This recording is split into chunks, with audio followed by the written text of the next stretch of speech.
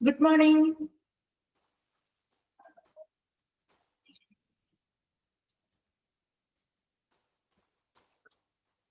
Good morning, ma'am. Good morning, ma'am. Good morning, ma'am. Okay. കഴിഞ്ഞ ക്ലാസ്സിൽ നമ്മൾ front office department എവിടെ വരെയാണ് നിർത്തിയത്? എവിടെ വരെ എടുത്തിരുന്നു? ഫങ്ഷൻസ് ഒക്കെ കംപ്ലീറ്റ് ആയില്ലേ?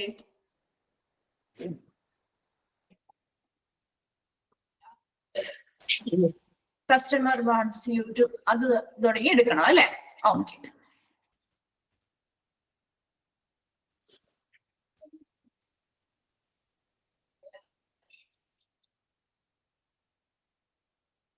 ഓക്കെ. അപ്പൊ നമ്മൾ അതിന് മുൻപ് പറഞ്ഞു നിർത്തിയത് വൈറ്റ് കസ്റ്റമർ ലീവ്. എന്തുകൊണ്ടാണ് ഹോസ്പിറ്റലിൽ നിന്നൊക്കെ കസ്റ്റമേഴ്സ് കൂടുതലും ആ ഹോസ്പിറ്റലിൽ നിന്ന് വിട്ടുപോകുന്നത് അല്ലെ? അതിൽ ഏറ്റവും കൂടുതൽ പെർസെന്റേജ് ഓഫ് ലീവ് അല്ലെങ്കിൽ ഏറ്റവും കൂടുതൽ പെർസെന്റേജ് ഏതിനാണ്? എങ്ങനെയാണ് കൂടുതലും ആളുകൾ അവിടെ നിന്ന് വിട്ടുപോകാനുള്ള ഒരു കാരണം എന്താണ്? ഏറ്റവും കൂടുതൽ പെർസെന്റേജ് ഏത് ഒരു വിഷയത്തിനാണ് അല്ലെങ്കിൽ ഏത് സിറ്റുവേഷൻ ആണുള്ളത്? അതെ, റൂഡ് ആറ്റിറ്റ്യൂഡ് അല്ലെ? അപ്പൊ അങ്ങനെയുള്ള സ്റ്റാഫുകൾ നന്നായിട്ട് ബിഹേവ് ചെയ്യാത്തത് കൊണ്ട് അല്ലെ, അവര് നല്ല രീതിയിൽ പെരുമാറുകയാണെങ്കിൽ നമുക്ക് ആ ഒരു സ്ഥാപനത്തിനോട് ഒരു ഇഷ്ടമുണ്ടായിരിക്കും.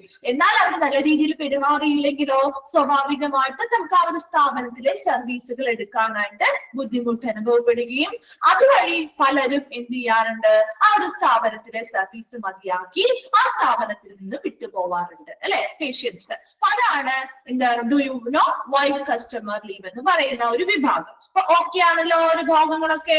കഴിഞ്ഞ ക്ലാസ്സിൽ എടുത്ത ഭാഗങ്ങളൊക്കെ ക്ലിയർ ആണോ? ഡൗട്ട്സോ കാര്യങ്ങളോ ഉണ്ടോ? ഓക്കെ. നെക്സ്റ്റ് നമ്മള് the customer wants you to. എന്താണ് ഒരു കസ്റ്റമർ നമ്മളിൽ നിന്ന് ആഗ്രഹിക്കുന്നത്? നമ്മളെന്ന് പറയുമ്പോൾ ഇവിടെ ആരിൽ നിന്നായിരിക്കും ആഗ്രഹിക്കുക? ഒരു ഫ്രണ്ട് ഓഫീസ് ഡിപ്പാർട്ട്മെന്റിൽ നിന്ന് അല്ലെ? ഒരു ഫ്രണ്ട് ഓഫീസ് ഡിപ്പാർട്ട്മെന്റിൽ നിന്ന് ഒരു കസ്റ്റമേഴ്സ് ആഗ്രഹിക്കുന്ന കാര്യങ്ങൾ എന്തൊക്കെയാണ്? എന്തൊക്കെയാണ് നിങ്ങൾ ആഗ്രഹിക്കാറ്? ഒരു ഫ്രണ്ട് ഓഫീസ് ഡിപ്പാർട്ട്മെന്റിൽ പോകുമ്പോ നിങ്ങൾ കുറച്ച് കാര്യങ്ങളൊക്കെ അവർ നമുക്ക് ചെയ്തു തരണം, ഇങ്ങനെ നമ്മൾ ട്രീറ്റ് ചെയ്യണം എന്നൊക്കെ നിങ്ങൾ ആഗ്രഹിക്കാറില്ലേ? ഒന്നും ആഗ്രഹിക്കാണ്ട് വെറുതെ അങ്ങ് പോരാ, അവരെന്തും കാണിച്ചോട്ടെ എന്നാണോ? അല്ല അല്ലെ? അപ്പൊ നമ്മൾ കുറെ കാര്യങ്ങൾ ആഗ്രഹിക്കാറില്ലേ? ഇന്നൊരു ഡിപ്പാർട്ട്മെന്റിൽ ചെല്ലുമ്പോ അവരിങ്ങനെയൊക്കെ ആയിരിക്കണം നമ്മുടെ അടുത്ത് പെരുമാറേണ്ടത് എന്നൊക്കെ നമ്മൾ ആഗ്രഹിക്കാറില്ലേ? എന്തൊക്കെ കാര്യങ്ങളാണ്? സ്വയം നമ്മൾ നല്ലൊരു ബിഹേവിയർ ആയിരിക്കണം, ശരിയാണ്, നല്ലൊരു ബിഹേവിയർ ആയിരിക്കണം എന്ന് വിചാരിക്കും. അതെ, ചിരിച്ചുകൊണ്ട് നമ്മളെ സ്വീകരിക്കണം എന്ന് വിചാരിക്കാറുണ്ട്. ശരി. നെക്സ്റ്റ് എന്താണ്? നല്ല ഹെൽപ്ഫുൾ ആയിരിക്കണം അല്ലെ? നമുക്ക് എന്തെങ്കിലുമൊക്കെ സഹായങ്ങളൊക്കെ ആവശ്യമായിട്ടുള്ള സഹായങ്ങൾ ചെയ്തു തരണം. ശരി. ഇത്രയൊക്കെ ഉള്ളോ നിങ്ങൾ ആഗ്രഹിക്കുന്ന കാര്യങ്ങൾ? നല്ലൊരു ലിസണർ ആയിരിക്കണം. Very good. എന്താ നമുക്ക് എന്തും പറയാനായിട്ട് അല്ലെ? നമ്മൾ പറയുന്ന കാര്യങ്ങളൊക്കെ ശ്രദ്ധാപൂർവം കേൾക്കാൻ പറ്റുന്ന രീതിയിലുള്ള ആളുകൾ അവിടെ ഉണ്ടായിരിക്കണം. ഇങ്ങനെയാണെങ്കിൽ നിങ്ങൾ പറഞ്ഞ കാര്യങ്ങളൊക്കെ ശരിയാണ്. ഇതുപോലെയുള്ള കുറെ കാര്യങ്ങൾ ഒരു കസ്റ്റമർ അവരിൽ നിന്ന് ആവശ്യപ്പെടുന്നുണ്ട് അല്ലെ? അപ്പൊ ആ കാര്യങ്ങളാണ് നമ്മൾ ഇവിടെ പഠിക്കാൻ പോകുന്നത്. നോക്കി, വളരെ സിമ്പിൾ ആയിട്ടുള്ള ഭാഗങ്ങളാണ്. ഗ്രേറ്റ് ചെയ്യുക അല്ലെ? നമ്മൾ ആ ഒരു ഹോസ്പിറ്റലിലെ ഫ്രണ്ട് ഓഫീസ് ഡിപ്പാർട്ട്മെന്റിലേക്കാണ് നമ്മൾ ആദ്യം ചെല്ലുക അല്ലെ? ആ ചെല്ലുന്ന സമയത്ത് തന്നെ നമ്മൾ വളരെ ഉപചാരപൂർവ്വം നമ്മളെ അഭിവാദ്യം ചെയ്തുകൊണ്ട് ഒരു ഉപചാരപൂർവ്വം നമ്മളെ സ്വീകരിക്കുകയാണെങ്കിൽ അത് നമുക്ക് ഇഷ്ടമുണ്ടാകും അല്ലെ. അതാണ് അവിടെ ഗ്രീറ്റ് ചെയ്യുക. ഏതൊരു പേഷ്യന്റ് വരുമ്പോഴും അല്ലെങ്കിൽ ഏതൊരു വിസിറ്റർ ഹോസ്പിറ്റലിലേക്ക് വരുമ്പോഴും അവരെ ഉപചാരപൂർവ്വം സ്വീകരിക്കുക എന്നതാണ് ഗ്രീറ്റ് എന്നുകൊണ്ട് ഉദ്ദേശിക്കുന്നത്. രണ്ടാമത്തത് വാല്യൂ. എന്താണ്? മൂല്യം അല്ലെ. നമ്മൾ പറയാറുണ്ട്, കേട്ടിട്ടുണ്ടാകും, നല്ലൊരു വാല്യുബിൾ കസ്റ്റമർ ആണത് എന്ന് പറയാറില്ലേ. ചില സ്ഥാപനങ്ങൾ പറഞ്ഞു കേട്ടിട്ടുണ്ടോ, വാല്യുബിൾ ആയിട്ടുള്ള ഒരു കസ്റ്റമർ ആണ്, നല്ല മൂല്യമുള്ള ഒരു കസ്റ്റമർ ആണ് എന്ന് പറയാം അല്ലെ. ഇവിടെ നമ്മൾ വരുന്ന ഓരോ കസ്റ്റമേഴ്സും അല്ലെങ്കിൽ ഓരോ പേഷ്യൻസും എങ്ങനെയുള്ളവർ തന്നെയാണ്? മൂല്യമുള്ളവർ തന്നെയാണ്. നല്ല എന്താണ്, ക്യാഷ് ടീം ആണെങ്കിലും അല്ലാത്തൊരു സാധാരണക്കാരാണെങ്കിലും അങ്ങനെ യാതൊരുവിധ വേർതിരിവും കാണിക്കാതെ വരുന്ന എല്ലാവരെയും ഒരേ മൂല്യത്തോടെ നമ്മൾ എന്ത് ചെയ്യണം? ഈ ഒരു ഡിപ്പാർട്ട്മെന്റിൽ കൈകാര്യം ചെയ്യണം. ഓരോ കസ്റ്റമേഴ്സിനും അവരുടേതായ വാല്യൂ കൊടുത്തുകൊണ്ടായിരിക്കണം അവരോട് പെരുമാറേണ്ടത്. മൂന്നാമതായിട്ട് ഹെൽപ്പ് ചെയ്യുക, അവർ നല്ല രീതിയിൽ സഹായിക്കുക. ചിലപ്പോൾ പുതിയതായിട്ട് വരുന്ന ആളുകളാവുമ്പോൾ ആ ഹോസ്പിറ്റലിനെ പറ്റി യാതൊരുവിധ ഒരു ഐഡിയയും ഇല്ലാതെ ആയിരിക്കും വരിക അല്ലെ. അപ്പൊ അതിനനുസരിച്ച് അവർക്ക് എന്ത് ചെയ്യണം? അവരാവശ്യപ്പെടുന്ന രീതിയിലുള്ള സഹായങ്ങള് ഈ ഒരു സ്ഥാപനത്തിലെ ഡിപ്പാർട്ട്മെന്റുകള് ചെയ്തു കൊടുക്കണം.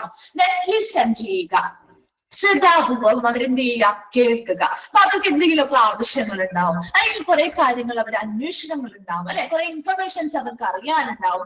അവരുടെ പ്രോബ്ലംസ് മുതലായ എല്ലാ കാര്യങ്ങളും അവർ പറയുന്ന സമയത്ത് അങ്ങനെയൊന്നും അല്ല ഇങ്ങനെയാണ് എന്ന് അങ്ങോട്ട് പറയാതെ അവർക്ക് എന്താണോ പറയാനുള്ളത് അത് വ്യക്തമായിട്ട് അല്ലെങ്കിൽ ശ്രദ്ധയോടെ കേൾക്കാൻ തയ്യാറാവുകയും അതിനനുസരിച്ച് എന്തൊക്കെ കാര്യങ്ങൾ അവർക്ക് ചെയ്തു കൊടുക്കാൻ പറ്റുമോ അത് ചെയ്തു കൊടുക്കാനുള്ള ഒരു മെന്റാലിറ്റി കൂടി ഈ ഒരു സ്ഥാപനത്തിലെ ഈ ഫ്രണ്ട് ഓഫീസ് ഡിപ്പാർട്ട്മെന്റിലുള്ള ആളുകൾക്ക് ഉണ്ടായിരിക്കണം. നെക്സ്റ്റ് വരുന്നത് ഇൻവൈറ്റ് ബാക്ക്. എന്താണ്? തിരികെ ക്ഷണിക്കുക. എന്തിനായിരിക്കും അവരെ തിരികെ ക്ഷണിക്കുന്നത്? തിരികെ ക്ഷണിക്കുന്ന നിങ്ങളുടെ വീട്ടിലേക്ക് നമ്മളെ വിളിക്കാറുണ്ടവര് ആ ഹോസ്പിറ്റലിലേക്ക് ഇനി സർവീസുകൾക്ക് വേണ്ടി വരണം എന്ന് പറഞ്ഞ് അവർ വിളിക്കാറുണ്ടോ? ഏതെങ്കിലും ഹോസ്പിറ്റലിൽ നിന്ന് വിളിക്കാറുണ്ടോ? അല്ലെങ്കിൽ മെസ്സേജുകളിലൂടെയോ എന്തെങ്കിലും രീതിയിൽ ഇതിനു വേണ്ടിയിട്ടാ? ചിലപ്പോൾ ഫോളോ അപ്പ് ചെയ്യുന്നതിന് വേണ്ടിയായിരിക്കും അല്ലെ. എന്താണ്? ട്രീറ്റ്മെന്റിന്റെ കണ്ടിന്യൂവേഷൻ കിട്ടാൻ വേണ്ടി എന്ത് ചെയ്യാറുണ്ട്? ചിലപ്പോൾ നമ്മളെ ഫോളോ അപ്പ് ചെയ്ത് വിളിച്ച് പറയാറുണ്ട് അല്ലെ. ഇന്ന ദിവസത്തേക്കാണ് നിങ്ങൾ അപ്പോയിന്റ്മെന്റ് ചെയ്തിരിക്കുന്നത്, അപ്പൊ നിങ്ങൾ ആ ദിവസം തന്നെ എത്തുക അല്ലെ. മെസ്സേജുകളായിട്ടോ അല്ലെങ്കിൽ കോളുകളായിട്ടോ ഒക്കെ നമ്മൾ എന്ത് ചെയ്യാറുണ്ട്? ആ ഒരു സ്ഥാപനത്തിലേക്ക് തിരിച്ചു വിളിക്കാറുണ്ട് അല്ലെ. അപ്പൊ ഈ പറയുന്ന എല്ലാ കാര്യങ്ങളും ഒരു കസ്റ്റമർ ഈ ഒരു ഫ്രണ്ട് ഓഫീസ് ഡിപ്പാർട്ട്മെന്റിൽ നിന്നും ആവശ്യപ്പെടുന്ന കാര്യങ്ങളാണ്. ഓക്കെ ആണോ? ആ ഒരു സെക്ഷൻ ക്ലിയർ ആണോ? ഒരുപാട് ഡീറ്റെയിൽ ആയിട്ടൊന്നും പറയണ്ടല്ലോ, ജസ്റ്റ് ഓരോ പോയിന്റേ പറയുന്നുള്ളൂ കേട്ടോ. ഓക്കെ, നെക്സ്റ്റ് വരുന്നത് coming under front office or outpatient area are. ഇനി ഒരു ഫ്രണ്ട് ഓഫീസും നമ്മുടെ ഔട്ട് പേഷ്യന്റ് ഏരിയ അല്ലെ, OPD ഏരിയ ഒക്കെ ഏകദേശം അടുത്തടുത്ത് അല്ലെങ്കിൽ ഒരുപോലെ സിമിലർ ആയിട്ട് നമ്മുടെ വർക്ക് ചെയ്യുന്ന ഏരിയാസ് ആണ് അല്ലെ. അപ്പൊ അവിടുത്തെ പ്രധാന ഏരിയാസ്, അതിൽ ഉൾപ്പെടുന്ന പ്രധാന ഏരിയാസ് ഇടങ്ങൾ എന്തൊക്കെയാണ്? ഫസ്റ്റ് വണ്ണാണ് ഒരു മെയിൻ റിസപ്ഷൻ ഏരിയ ഉണ്ടാവും അല്ലെ. ഒരു ഫ്രണ്ട് ഓഫീസിൽ നമ്മൾ റിസപ്ഷൻ ഏരിയയിൽ ചെന്നാണ് അപ്പോയിന്റ്മെന്റുകൾ അല്ലെങ്കിൽ രജിസ്ട്രേഷൻ ഒക്കെ ചെയ്യുന്നത് അല്ലെ. ഒരു മെയിൻ റിസപ്ഷൻ ഏരിയ ഉണ്ടാവും. ഓക്കെ ആണല്ലോ. അതിനുശേഷം നിങ്ങളൊരു ഡോക്ടറെ കാണാൻ കൺസൾട്ട് ചെയ്യാൻ പോയി, അതൊന്ന് ചിന്തിച്ചാൽ നിങ്ങൾക്ക് പെട്ടെന്ന് മനസ്സിലാവേ. അപ്പൊ നമ്മളൊരു റിസപ്ഷൻ ഏരിയയിൽ പോയി നമ്മുടെ ചീട്ടൊക്കെ എടുത്തു നമ്മൾ വെയിറ്റ് ചെയ്യാണ്. എവിടെ പോയാൽ നമ്മൾ വെയിറ്റ് ചെയ്യുന്നത്? കൺസൾട്ടേഷൻ റൂമുകളിലേക്ക് അല്ലെ. കൺസൾട്ടേഷന് ഡോക്ടേഴ്സ് അവിടെ എന്ത് ചെയ്യുന്നുണ്ടാവും? കൺസൾട്ടേഷൻ ഇരിക്കുന്നുണ്ടാവും അല്ലെ. അപ്പൊ ആ ഒരു കൺസൾട്ടേഷൻ റൂമിലേക്ക് നമ്മൾ നെക്സ്റ്റ് പോവാണ്. ഒരു റിസപ്ഷൻ ഏരിയയിൽ ചെന്നു, നമ്മൾ രജിസ്റ്റർ ഒക്കെ ചെയ്തു, അതിനുശേഷം നമ്മൾ എന്ത് ചെയ്യുന്നു? കൺസൾട്ടേഷന് വേണ്ടി അതാത് ഡോക്ടേഴ്സിന്റെ മുറികളിലേക്ക് കൺസൾട്ടേഷൻ റൂമുകളിലേക്ക് പോകും. ഓക്കെ അല്ലേ. ഇനി കൺസൾട്ടേഷൻ ചെന്ന് കഴിഞ്ഞപ്പോൾ ഡോക്ടർ നമ്മളോട് പറയാണ് ഒരു ഡയഗ്നോസിങ് ചെയ്യണം, നിങ്ങൾക്ക് ഒരു എക്സ്റേ എടുക്കണം, അല്ലെങ്കിൽ ഒരു എക്കോ എടുത്ത് നോക്കണം, അല്ലെങ്കിൽ ഒരു ECG എടുത്ത് നോക്കണം, അല്ലെങ്കിൽ ലാബിൽ ചെന്ന് ആ സാമ്പിൾ ഒന്ന് എന്ത് ചെയ്യണം? ടെസ്റ്റ് ചെയ്ത് ബ്ലഡ് ഒക്കെ ടെസ്റ്റ് ചെയ്ത് നോക്കണം എന്നൊക്കെ പറയുകയാണെങ്കിൽ നമ്മൾ ഏത് ഏരിയയിലേക്ക് പോകും? ഏത് സ്ഥലത്തേക്ക് പോകുന്നേ? ഡയഗ്നോസ്റ്റിക് ഏരിയയിലേക്ക് പോകും അല്ലെ. അപ്പൊ ഈ പറയുന്ന 3 ഏരിയാസ് ആണ് പ്രധാനമായും ഒരു ഫ്രണ്ട് ഓഫീസ് അല്ലെങ്കിൽ ഒരു OPD ഏരിയാസിൽ ഉൾപ്പെടുന്നത്. ഒരു മെയിൻ റിസപ്ഷൻ ഏരിയ ഉണ്ടാവും, കൺസൾട്ടേഷൻ റൂമുകൾ ഉണ്ടാവും, അതിനുശേഷം എന്താ ഒരു ഡയഗ്നോസ്റ്റിക് ഏരിയാസ് ഉണ്ടാവും. അതൊരു ECG എടുക്കാനായിട്ട് എക്കോ എടുക്കും. ഇതൊക്കെ ഡയഗ്നോസ്റ്റിക് ടെക്നിക്കുകളാണ് കേട്ടോ. ECG എന്ന് പറഞ്ഞാൽ എന്താണ്? ഇലക്ട്രോ കാർഡിയോഗ്രാം അല്ലെ. Echocardiogram. MRI എന്താ? Magnetic resonance imaging. എഴുതി വെക്കുന്നുണ്ടോ? വേണോ? അതിന്റെ എക്സ്പാൻഡഡ് ഫോം ഒന്ന് നോട്ട് വേണ്ട, അറിയാവുന്നതാണ് അല്ലെ, അറിയാവുന്നതല്ലേ? ഓക്കെ. CT സ്കാൻ എന്താ? കമ്പ്യൂട്ടർ ടോമോഗ്രഫി സ്കാൻ അല്ലെ. അതൊക്കെ നമുക്ക് അറിയാവുന്നതാണ്, നമ്മൾ പഠിച്ചിട്ടുള്ള കാര്യങ്ങളാണ്. ഓരോ ചാപ്റ്റർ വൈസ് ആണ് നമ്മൾ നോക്കുന്ന കാര്യങ്ങളാണ്. Sample collection. നമ്മുടെ ലാബുകളിലൊക്കെ പോയി നമ്മൾ എന്ത് ചെയ്യാറുണ്ട്? സാമ്പിൾ എടുക്കാറില്ലേ? നമ്മുടെ സാമ്പിൾ ഇപ്പൊ യൂറിൻ ആണെങ്കിലും ബ്ലഡ് ആണെങ്കിലും ഫീസസ് ആണെങ്കിലും അപ്പൊ എന്ത് ചെയ്യും? അവർ സാമ്പിൾ എടുത്ത് വെച്ചല്ലേ ടെസ്റ്റ് ചെയ്ത് നോക്കുന്നേ അല്ലെ. അപ്പൊ അങ്ങനെയുള്ള എല്ലാ ഡയഗ്നോസ്റ്റിക് മെത്തേഡുകളും അല്ലെങ്കിൽ ടെക്നിക്കുകളും ചെയ്യുന്ന ഒരു ഡയഗ്നോസ്റ്റിക് ഏരിയയും ഈ ഫ്രണ്ട് ഓഫീസിന്റെ അല്ലെങ്കിൽ ഔട്ട് പേഷ്യന്റ് ഏരിയ ഡിപ്പാർട്ട്മെന്റിന്റെ ഏരിയയുമായി ബന്ധപ്പെട്ട് ഉണ്ടായിരിക്കും. ക്ലിയർ ആണോ ആ ഒരു 3 പോയിന്റ്? ഓക്കെ. നെക്സ്റ്റ് വരുന്നത് understand the challenges faced by front desk staff.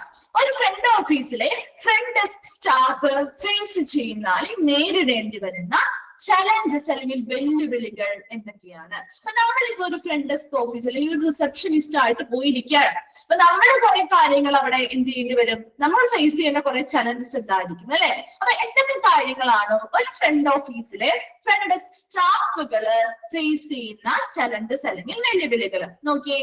Managing patient emotion. അവിടെ വരുന്ന പേഷ്യൻസിന്റെ ഇമോഷൻസ് അല്ലെങ്കിൽ വികാരങ്ങൾ മാനേജ് ചെയ്യാൻ അല്ലെങ്കിൽ കൈകാര്യം ചെയ്യാൻ സാധിക്കണം അല്ലെ. അപ്പൊ വരുന്ന പേഷ്യൻസ് എല്ലാം ഒരേപോലെയുള്ള ഇമോഷൻസ് ഉള്ള പേഷ്യൻസ് ആയിരിക്കോ? ഒരേ ഇമോഷൻസിലുള്ള പേഷ്യൻസ് ആയിരിക്കോ? അല്ല അല്ലെ.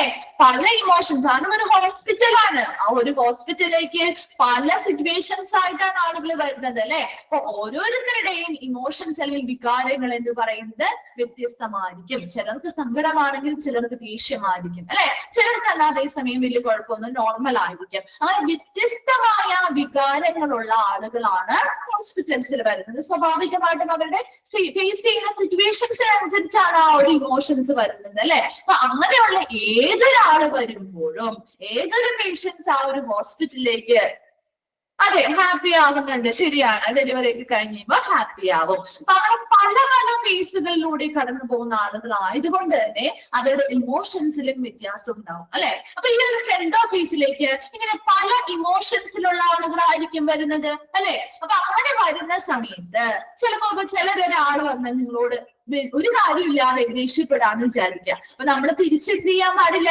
ദേഷ്യപ്പെടാൻ പാടില്ല അല്ലെ. അവരോട് എന്ത് ചെയ്യണം? ആ ദേഷ്യം കുറയ്ക്കുന്ന രീതിയിൽ അല്ലെങ്കിൽ അവരെ മയപ്പെടുത്തുന്ന രീതിയിൽ അവരെ കൈകാര്യം ചെയ്യാനായിട്ട് ആർക്ക് കഴിവുണ്ടായിരിക്കണം? ഈ ഒരു ഫ്രണ്ട് ഡെസ്ക് സ്റ്റാഫിന് കഴിവുണ്ടായിരിക്കണം. അതാണ് ഇവിടെ പറയുന്നത്. അപ്പൊ അങ്ങനെ കൈകാര്യം ചെയ്യാനായിട്ടുള്ള ഒരു കഴിവുണ്ടാക്കിയെടുക്കുക.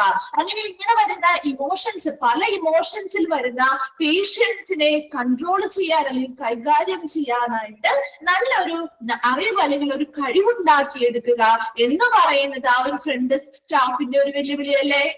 അത് ചെയ്യാൻ പറ്റിയില്ലെങ്കിൽ എന്താ പറ്റുക? ഒരു ദേഷ്യം വന്ന ഒരാള് വന്ന് നല്ലോണം ഇവരോട് ഭയങ്കരമായിട്ട് ഷൗട്ട് ചെയ്യുന്നു, ആവശ്യമില്ലാത്ത കാര്യങ്ങളൊക്കെ ഇതൊക്കെ പറയുന്നു. ഇവര് തിരിച്ചും ദേഷ്യം ഇവർക്ക് അത് കൺട്രോൾ ചെയ്യാൻ പറ്റുന്നില്ല. ഇവര് തിരിച്ചും അതേപോലെ തന്നെ റിയാക്ട് ചെയ്യുകയാണെങ്കിലോ അവിടെ വലിയൊരു പ്രശ്നമാവുകയാണ് ചെയ്യുന്നത് അല്ലെ.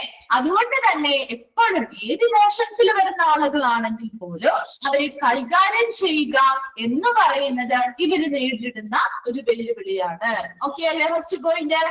സെക്കൻഡ് വൺ ആണ് handling call volume and maintaining phone etiquette. എന്താണ് എറ്റിക്യൂട്ട് എന്ന് പറയുന്നത്? മര്യാദ. അതായത് ഹാൻഡ്ലിംഗ് കോൾ വോളിയം, അതായത് ആ ഒരു ഫ്രണ്ട് ഓഫീസിലേക്ക് ഒരുപാട് കോളുകൾ വരും അല്ലെ.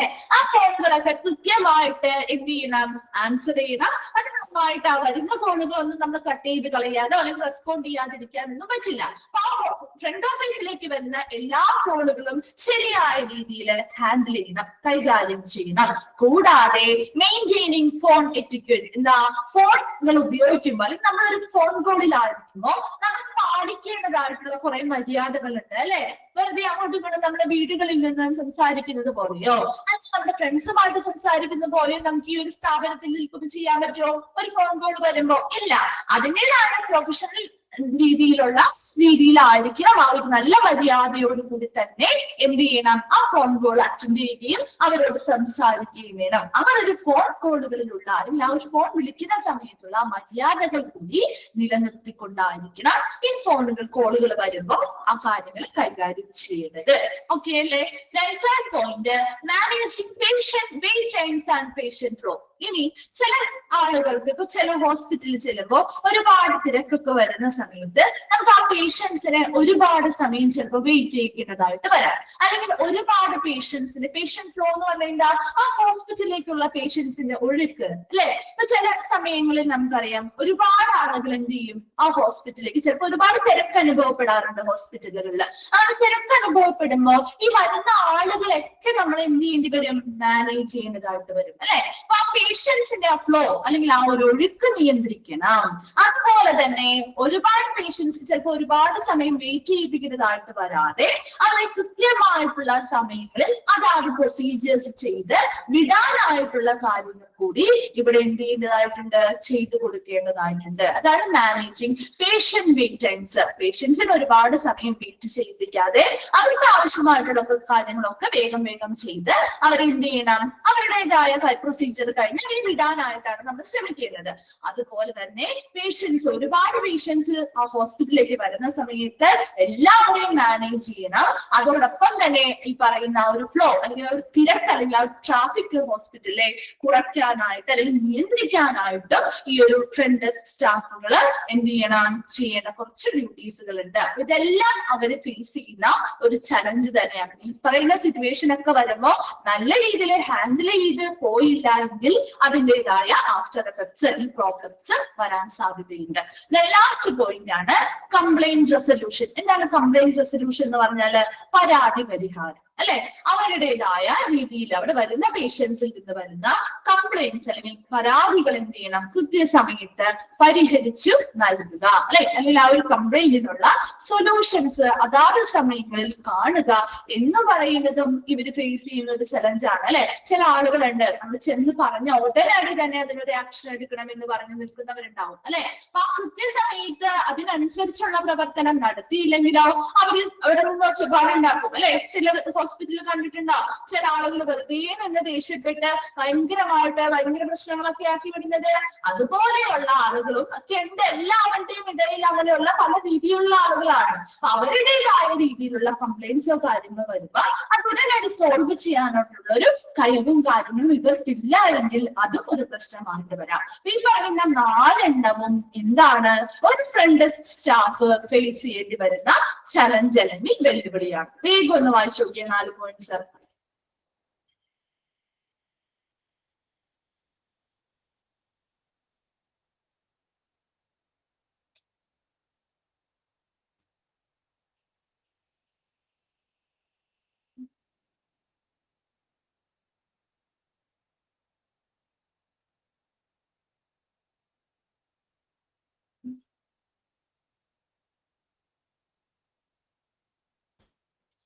ക്ലിയർ ആണോ? നീ റിപ്പീറ്റ് ചെയ്യണോ face challenges?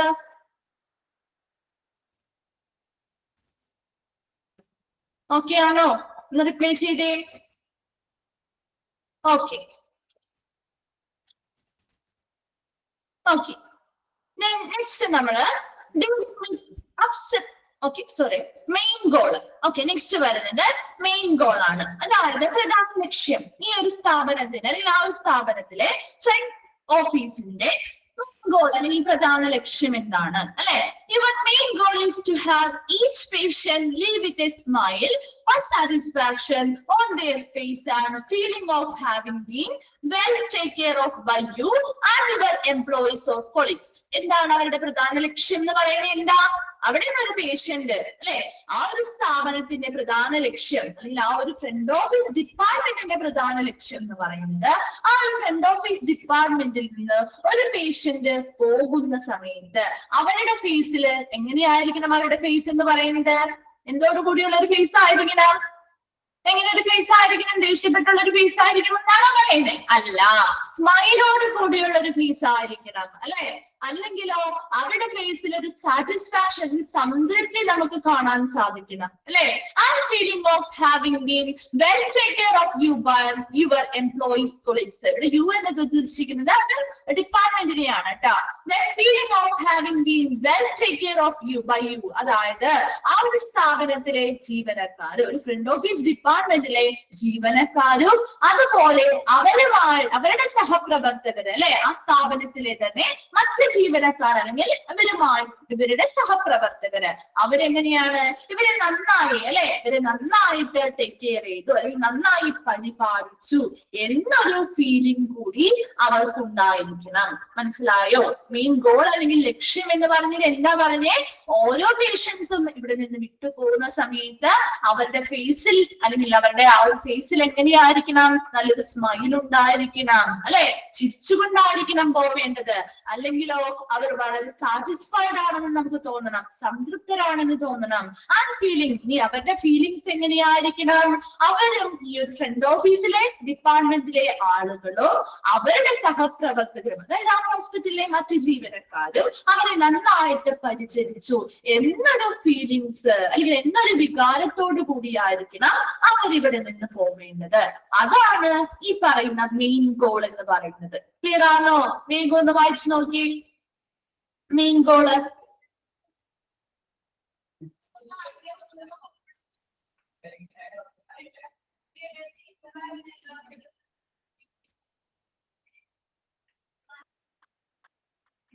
okay. Okay, next dealing with upset customers. ഇനി ഒരു അപ്സെറ്റ് ആവാന്ന് പറഞ്ഞാൽ എന്താ? നമ്മൾ അപ്സെറ്റ് ആവാറില്ലേ ചില സമയത്ത്? അസ്വസ്ഥരാവുക അല്ലെ. പക്ഷെ അസ്വസ്ഥരായ ഒരു അപ്സെറ്റ് ആയിട്ടുള്ള കസ്റ്റമേഴ്സിനെ ഡീൽ ചെയ്യുമ്പോൾ എന്തൊക്കെ കാര്യങ്ങളാണ് നമ്മൾ ശ്രദ്ധിക്കേണ്ടത്? അപ്പൊ ഒരു അസ്വസ്ഥരായത് അല്ലെങ്കിൽ അപ്സെറ്റ് ആയവരുടെ അടുത്ത് നമ്മൾ സംസാരിക്കുന്ന സമയത്ത് അല്ലെങ്കിൽ അവരെ കൈകാര്യം ചെയ്യുന്ന സമയത്ത് ഇവര് ശ്രദ്ധിക്കേണ്ട കുറച്ച് കാര്യങ്ങളുണ്ട്. ഫസ്റ്റ് വണ്ണാണ് ലിസൺ ഫസ്റ്റ്. അവരെന്ത് ചെയ്യുക? ആദ്യം അവരെന്ത് ചെയ്യണം? എന്തൊക്കെ കാര്യങ്ങളാണ് ചെയ്യേണ്ടതെന്ന് പറഞ്ഞേ? ആദ്യം അവർ എന്ത് ചെയ്യണം? അവര് ഇപ്പൊ അവര് ഭയങ്കര അപ്സെറ്റ് ആണ്, അവർ അസ്വസ്ഥരാണ്.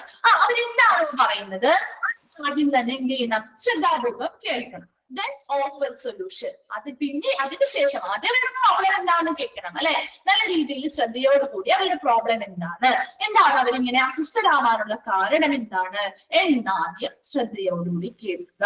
അതിനുശേഷം അവർക്ക് എന്ത് ചെയ്യുക? അതെ, അവർക്ക് സൊല്യൂഷൻസ് ഓഫർ ചെയ്ത് പരിഹാരങ്ങൾ അല്ലെ, തുടർന്ന് പരിഹാരങ്ങൾ അവർക്ക് വാഗ്ദാനം ചെയ്യുക. ഓക്കെ അല്ലെ ഫസ്റ്റ് പോയിന്റ്. സെക്കൻഡ് നോക്കിയേ, if you cannot solve the problem. ഇനി ഈ ഒരു വ്യക്തിക്ക് ആ ഒരു ഇപ്പൊ എന്നോടാണ് വന്ന് പറയും, ഞാൻ ഫ്രണ്ട് ഓഫീസിലെ സ്റ്റാഫാണ്, എന്നോട് വന്ന് പറയാണ് ഞാനിങ്ങനെ അപ്സെറ്റ് ആണ്, ഇപ്പൊ എനിക്ക് ഇങ്ങനെ പല കാരണങ്ങൾ കൊണ്ടാണ് ഞാൻ ഇങ്ങനെ ആയത് എന്ന് അവരോട് പറയുമ്പോൾ ഞാൻ വളരെ ശ്രദ്ധാപൂർവം അത് കേൾക്കുന്നു. പിന്നീട് അവർക്ക് അതിനുള്ള പരിഹാരം വാഗ്ദാനം ചെയ്യുകയും ചെയ്യുന്നു.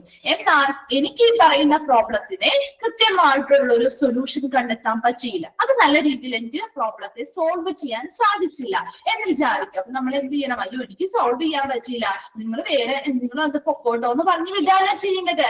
മറിച്ച് എന്താ ചെയ്യേണ്ടേ? Ask your supervisor or superior to solve the problem and offer alternatives. എന്ത് ചെയ്യണം? നമുക്ക് പറ്റിയില്ലെങ്കിൽ വേണ്ട, എന്ത് ചെയ്യണം? നമ്മുടെ സുപ്പീരിയർ ആയിട്ടുള്ള അല്ലെങ്കിൽ സൂപ്പർവൈസേഴ്സ് ആയിട്ടുള്ള ആളുകളോട് ഈ പറയുന്ന പ്രോബ്ലം ഒന്ന് സോൾവ് ചെയ്ത് കൊടുക്കാനായിട്ട് ആവശ്യപ്പെടുക. Offer alternatives. ഇനി എന്ത് ചെയ്യണം? അവിടെ ആൾട്ടർനേറ്റീവ്സ് അല്ലെങ്കിൽ മറ്റ് ഇതര വാഗ്ദാനങ്ങൾ അല്ലെ, ഇതര പരിഹാര വാഗ്ദാനങ്ങൾ ചെയ്യുകയും ചെയ്യുക, ഇതര മാർഗങ്ങൾ അല്ലെ. അപ്പൊ അവിടെ ആൾട്ടർനേറ്റീവ് ഇപ്പൊ നമുക്കൊരു വേയിലൂടെ നോക്കിയപ്പോ അത് സോൾവ് ചെയ്യാൻ പറ്റുന്നില്ല. അപ്പൊ നമ്മൾ എന്ത് ചെയ്യണം? മറ്റു മാർഗങ്ങൾ ഉപയോഗിച്ചുകൊണ്ട് നമ്മുടെ സൂപ്പർവൈസേഴ്സിനോടോ അല്ലെങ്കിൽ സുപ്പീരിയേഴ്സിനോടോ ആ ഒരു പ്രോബ്ലം സോൾവ് ചെയ്ത് കൊടുക്കാനായിട്ട് ആവശ്യപ്പെടുക. അപ്പൊ ഒരു അപ്സെറ്റ് കസ്റ്റമർ വരുന്ന സമയത്ത് മൂന്ന് കാര്യങ്ങളാണ് അവരുമായിട്ട് ഡീൽ ചെയ്യുമ്പോൾ ശ്രദ്ധിക്കേണ്ടത്. ഒന്നാമത്തെ കാര്യം, ആ വരുന്ന കസ്റ്റമേഴ്സ് അപ്സെറ്റ് ആവാം, അതിന് പല കാരണങ്ങൾ അവർക്ക് ഉണ്ടാവാം. ആ കാരണങ്ങളെല്ലാം ശ്രദ്ധാപൂർവം കേൾക്കുകയും തുടർന്ന് അവർക്കുള്ള പരിഹാര മാർഗങ്ങളിൽ പരിഹാരം വാഗ്ദാനം ചെയ്യുകയും ചെയ്യുക. ഇനി പറയുന്ന പരിഹാരം നമുക്ക് കാണാൻ സാധിച്ചില്ല എങ്കിൽ, അതിന് ഒരു പ്രോബ്ലത്തെ നമുക്ക് സോൾവ് ചെയ്യാൻ സാധിച്ചില്ല എങ്കിൽ, നമ്മുടെ സുപ്പീരിയർ ആയിട്ടുള്ള അല്ലെങ്കിൽ സീനിയർ ആയിട്ടുള്ള ആളുകളോട് ഈ ഒരു പ്രോബ്ലത്തെ സോൾവ് ചെയ്യാനായിട്ട് ആവശ്യപ്പെടുകയും അതിനു വേണ്ടിയിട്ട് മറ്റു മാർഗങ്ങൾ വാഗ്ദാനം ചെയ്യുകയും ചെയ്യുക. ക്ലിയർ ആണോ? Dealing with upset customers.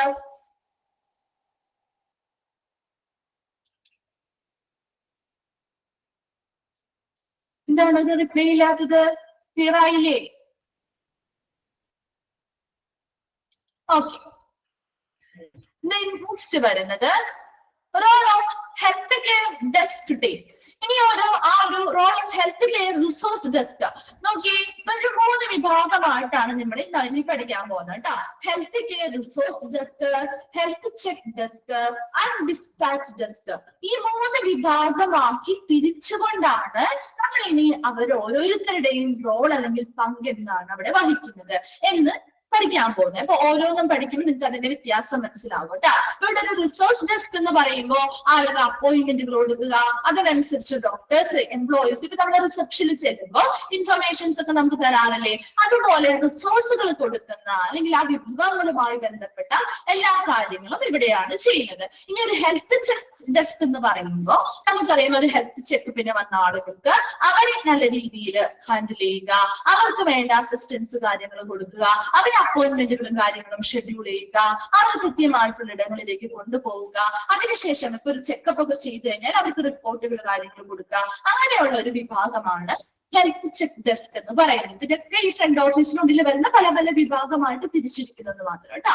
Last വരുന്ന മൂന്നാമത്തതാണ് ഡിസ്പാച്ച് ഡെസ്ക് എന്ന് പറയുമ്പോൾ അവിടെ നമ്മുടെ ഈ ഒരു റിപ്പോർട്ടും കാര്യങ്ങളൊക്കെ കൃത്യമായിട്ട് സ്റ്റോർ ചെയ്ത് വെക്കണം അല്ലെ. റിപ്പോർട്ടുകൾ കാര്യങ്ങൾ സ്റ്റോർ ചെയ്ത് വെക്കണം, അത് ടൈംലി ആയിട്ട് നമ്മൾ ക്ലയന്റുകൾക്ക് കൊടുക്കണം, അതുപോലെ റെക്കോർഡുകൾ കൃത്യമായിട്ട് ഇത് കീപ്പ് ചെയ്യണം. അങ്ങനെയുള്ള കാര്യങ്ങളാണ് റിപ്പോർട്ട് ഡിസ്പാച്ച് ഡെസ്കിൽ വരുന്നത്. പറയുന്നത് കുറച്ചും കൂടി ക്ലിയർ ആവട്ടെ. അപ്പൊ ഫസ്റ്റ് വരുന്നത് role of health care resource desk. എന്തൊക്കെയാണ് ഒരു ഹെൽത്ത് കെയർ റിസോഴ്സ് ഡെസ്കിന്റെ റോൾ അല്ലെങ്കിൽ പങ്ക് എന്ന് പറയുന്നത്? നോക്കി, first one, greet the caller with a positive approaching attitude. എന്ത് ചെയ്യണം? അത് ഗ്രീറ്റ് ദ കോളർ അല്ലെ. ഇപ്പൊ ഒരു കോള് വിളിക്കുകയാണ്. ഇപ്പൊ ഞാൻ ഒരു ഹോസ്പിറ്റലിലേക്ക്, ഒരു റിസപ്ഷനിലേക്കാണ് നമ്മുടെ ആദ്യം കോള് പോകുന്നത് അല്ലെ. അപ്പൊ ഞാൻ വിളിക്കുകയാണ്. അപ്പൊ വിളിക്കുന്ന സമയത്ത് അവിടെ ഒരാൾ അറ്റൻഡ് ചെയ്തു. അപ്പൊ നമ്മളോട് എങ്ങനെയായിരിക്കണം? നമ്മൾ നല്ല രീതിയിൽ അഭിവാദ്യം ചെയ്യണം. എങ്ങനെ? ഒരു പോസിറ്റീവ് അപ്രോച്ചിലൂടെ അല്ലെ, ഒരു പോസിറ്റീവായ സമീപനത്തിലൂടെ നല്ല ഉപചാരപൂർവ്വം നമ്മളെ എന്ത് ചെയ്യണം? വെൽക്കമിങ് ചെയ്യുന്ന രീതിയിലായിരിക്കണം അവര് പെരുമാറേണ്ടത്. ഓക്കെ ആണല്ലോ first one. Then second one ആണ് respond instantly to their queries. അവർ എന്ത് അന്വേഷണങ്ങൾക്ക് വേണ്ടിയിട്ടാണോ വിളിച്ചിരിക്കുന്നത് ഉടനടി അവർക്ക് അതിനുള്ള റെസ്പോൺസ് അല്ലെങ്കിൽ പ്രതികരണങ്ങൾ കൊടുക്കണം. Then മൂന്നാമത് know the number of departments of the hospital. ഹോസ്പിറ്റലിലെ ഡിപ്പാർട്ട്മെന്റുകളുടെ നമ്പർ അറിഞ്ഞിരിക്കണം അല്ലെ. നമ്മൾ വിളിക്കുന്ന സമയത്ത് ചിലപ്പോൾ അവർ പറയാറില്ലേ, ഒരു മിനിറ്റ് വെയിറ്റ് ചെയ്തിട്ടോ, നിങ്ങൾ ഒന്ന് കണക്ട് ചെയ്തിട്ട് എന്ന് പറയാറില്ലേ. നമ്മൾ വേറെ ഡിപ്പാർട്ട്മെന്റുകളിലേക്കോ അല്ലെങ്കിൽ വേറെ ഏതെങ്കിലും സെക്ഷനിലേക്കോ കണക്ട് ചെയ്ത് തരാറുണ്ടല്ലോ, ചെയ്യാറില്ലേ? നിങ്ങൾ ആരും വിളിച്ചിട്ട് അങ്ങനെ ചെയ്ത് തന്നിട്ടില്ലേ? ഉണ്ട്. ഇതുപോലെ എനിക്ക് എപ്പോഴും ഞാനല്ലേ ഉടനടി നമുക്ക് അതിനുള്ള പരിഹാരം കണ്ടെത്താൻ പറ്റുള്ളൂ. അപ്പൊ അതിനുവേണ്ടി ആ ഒരു ഹോസ്പിറ്റലിൽ ഏതൊക്കെ ഡിപ്പാർട്ട്മെന്റുകളുണ്ടോ അതിന്റെയൊക്കെ നമ്പർ ഇവർക്ക് അറിഞ്ഞിരിക്കണം. Next, have A list of doctors and employees along with their numbers. അതുകൂടാതെ ആ ഹോസ്പിറ്റലിൽ എത്ര ഡോക്ടേഴ്സ് ഉണ്ടോ, എത്ര എംപ്ലോയീസ് വർക്ക് ചെയ്യുന്നുണ്ടോ അവരുടെയൊക്കെ ഡീറ്റെയിൽസും നമ്പേഴ്സും ആവശ്യമായിട്ടുണ്ട്.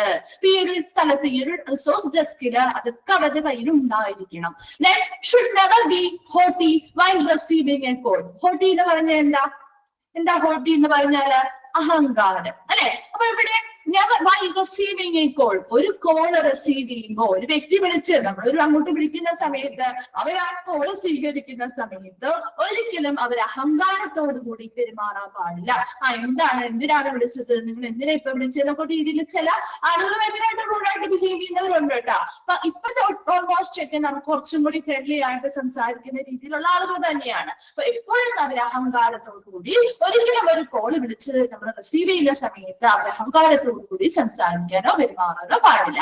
Then optimizes patient satisfaction, provide a time and treatment room utilization by scheduling appointments in person or by telephone. ഇനി എന്താ optimizes patient satisfaction, optimize ചെയ്യുക എന്ന് എന്താ ക്രമീകരിക്കുക അല്ലെ. അപ്പൊ ഇവിടെ പേഷ്യൻസിന്റെ സാറ്റിസ്ഫാക്ഷൻ, വരുന്ന ഓരോ പേഷ്യൻസിനും സംതൃപ്തി കിട്ടണം അല്ലെ. അപ്പൊ അവിടെ വിളിക്കുന്ന പേഷ്യന്റ്, അപ്പൊ നമ്മൾ വിളിക്കുന്ന സമയത്ത് നമ്മളോട് കൃത്യമായിട്ടുള്ള കാര്യങ്ങൾ നമുക്ക് പറഞ്ഞു തരാണ്.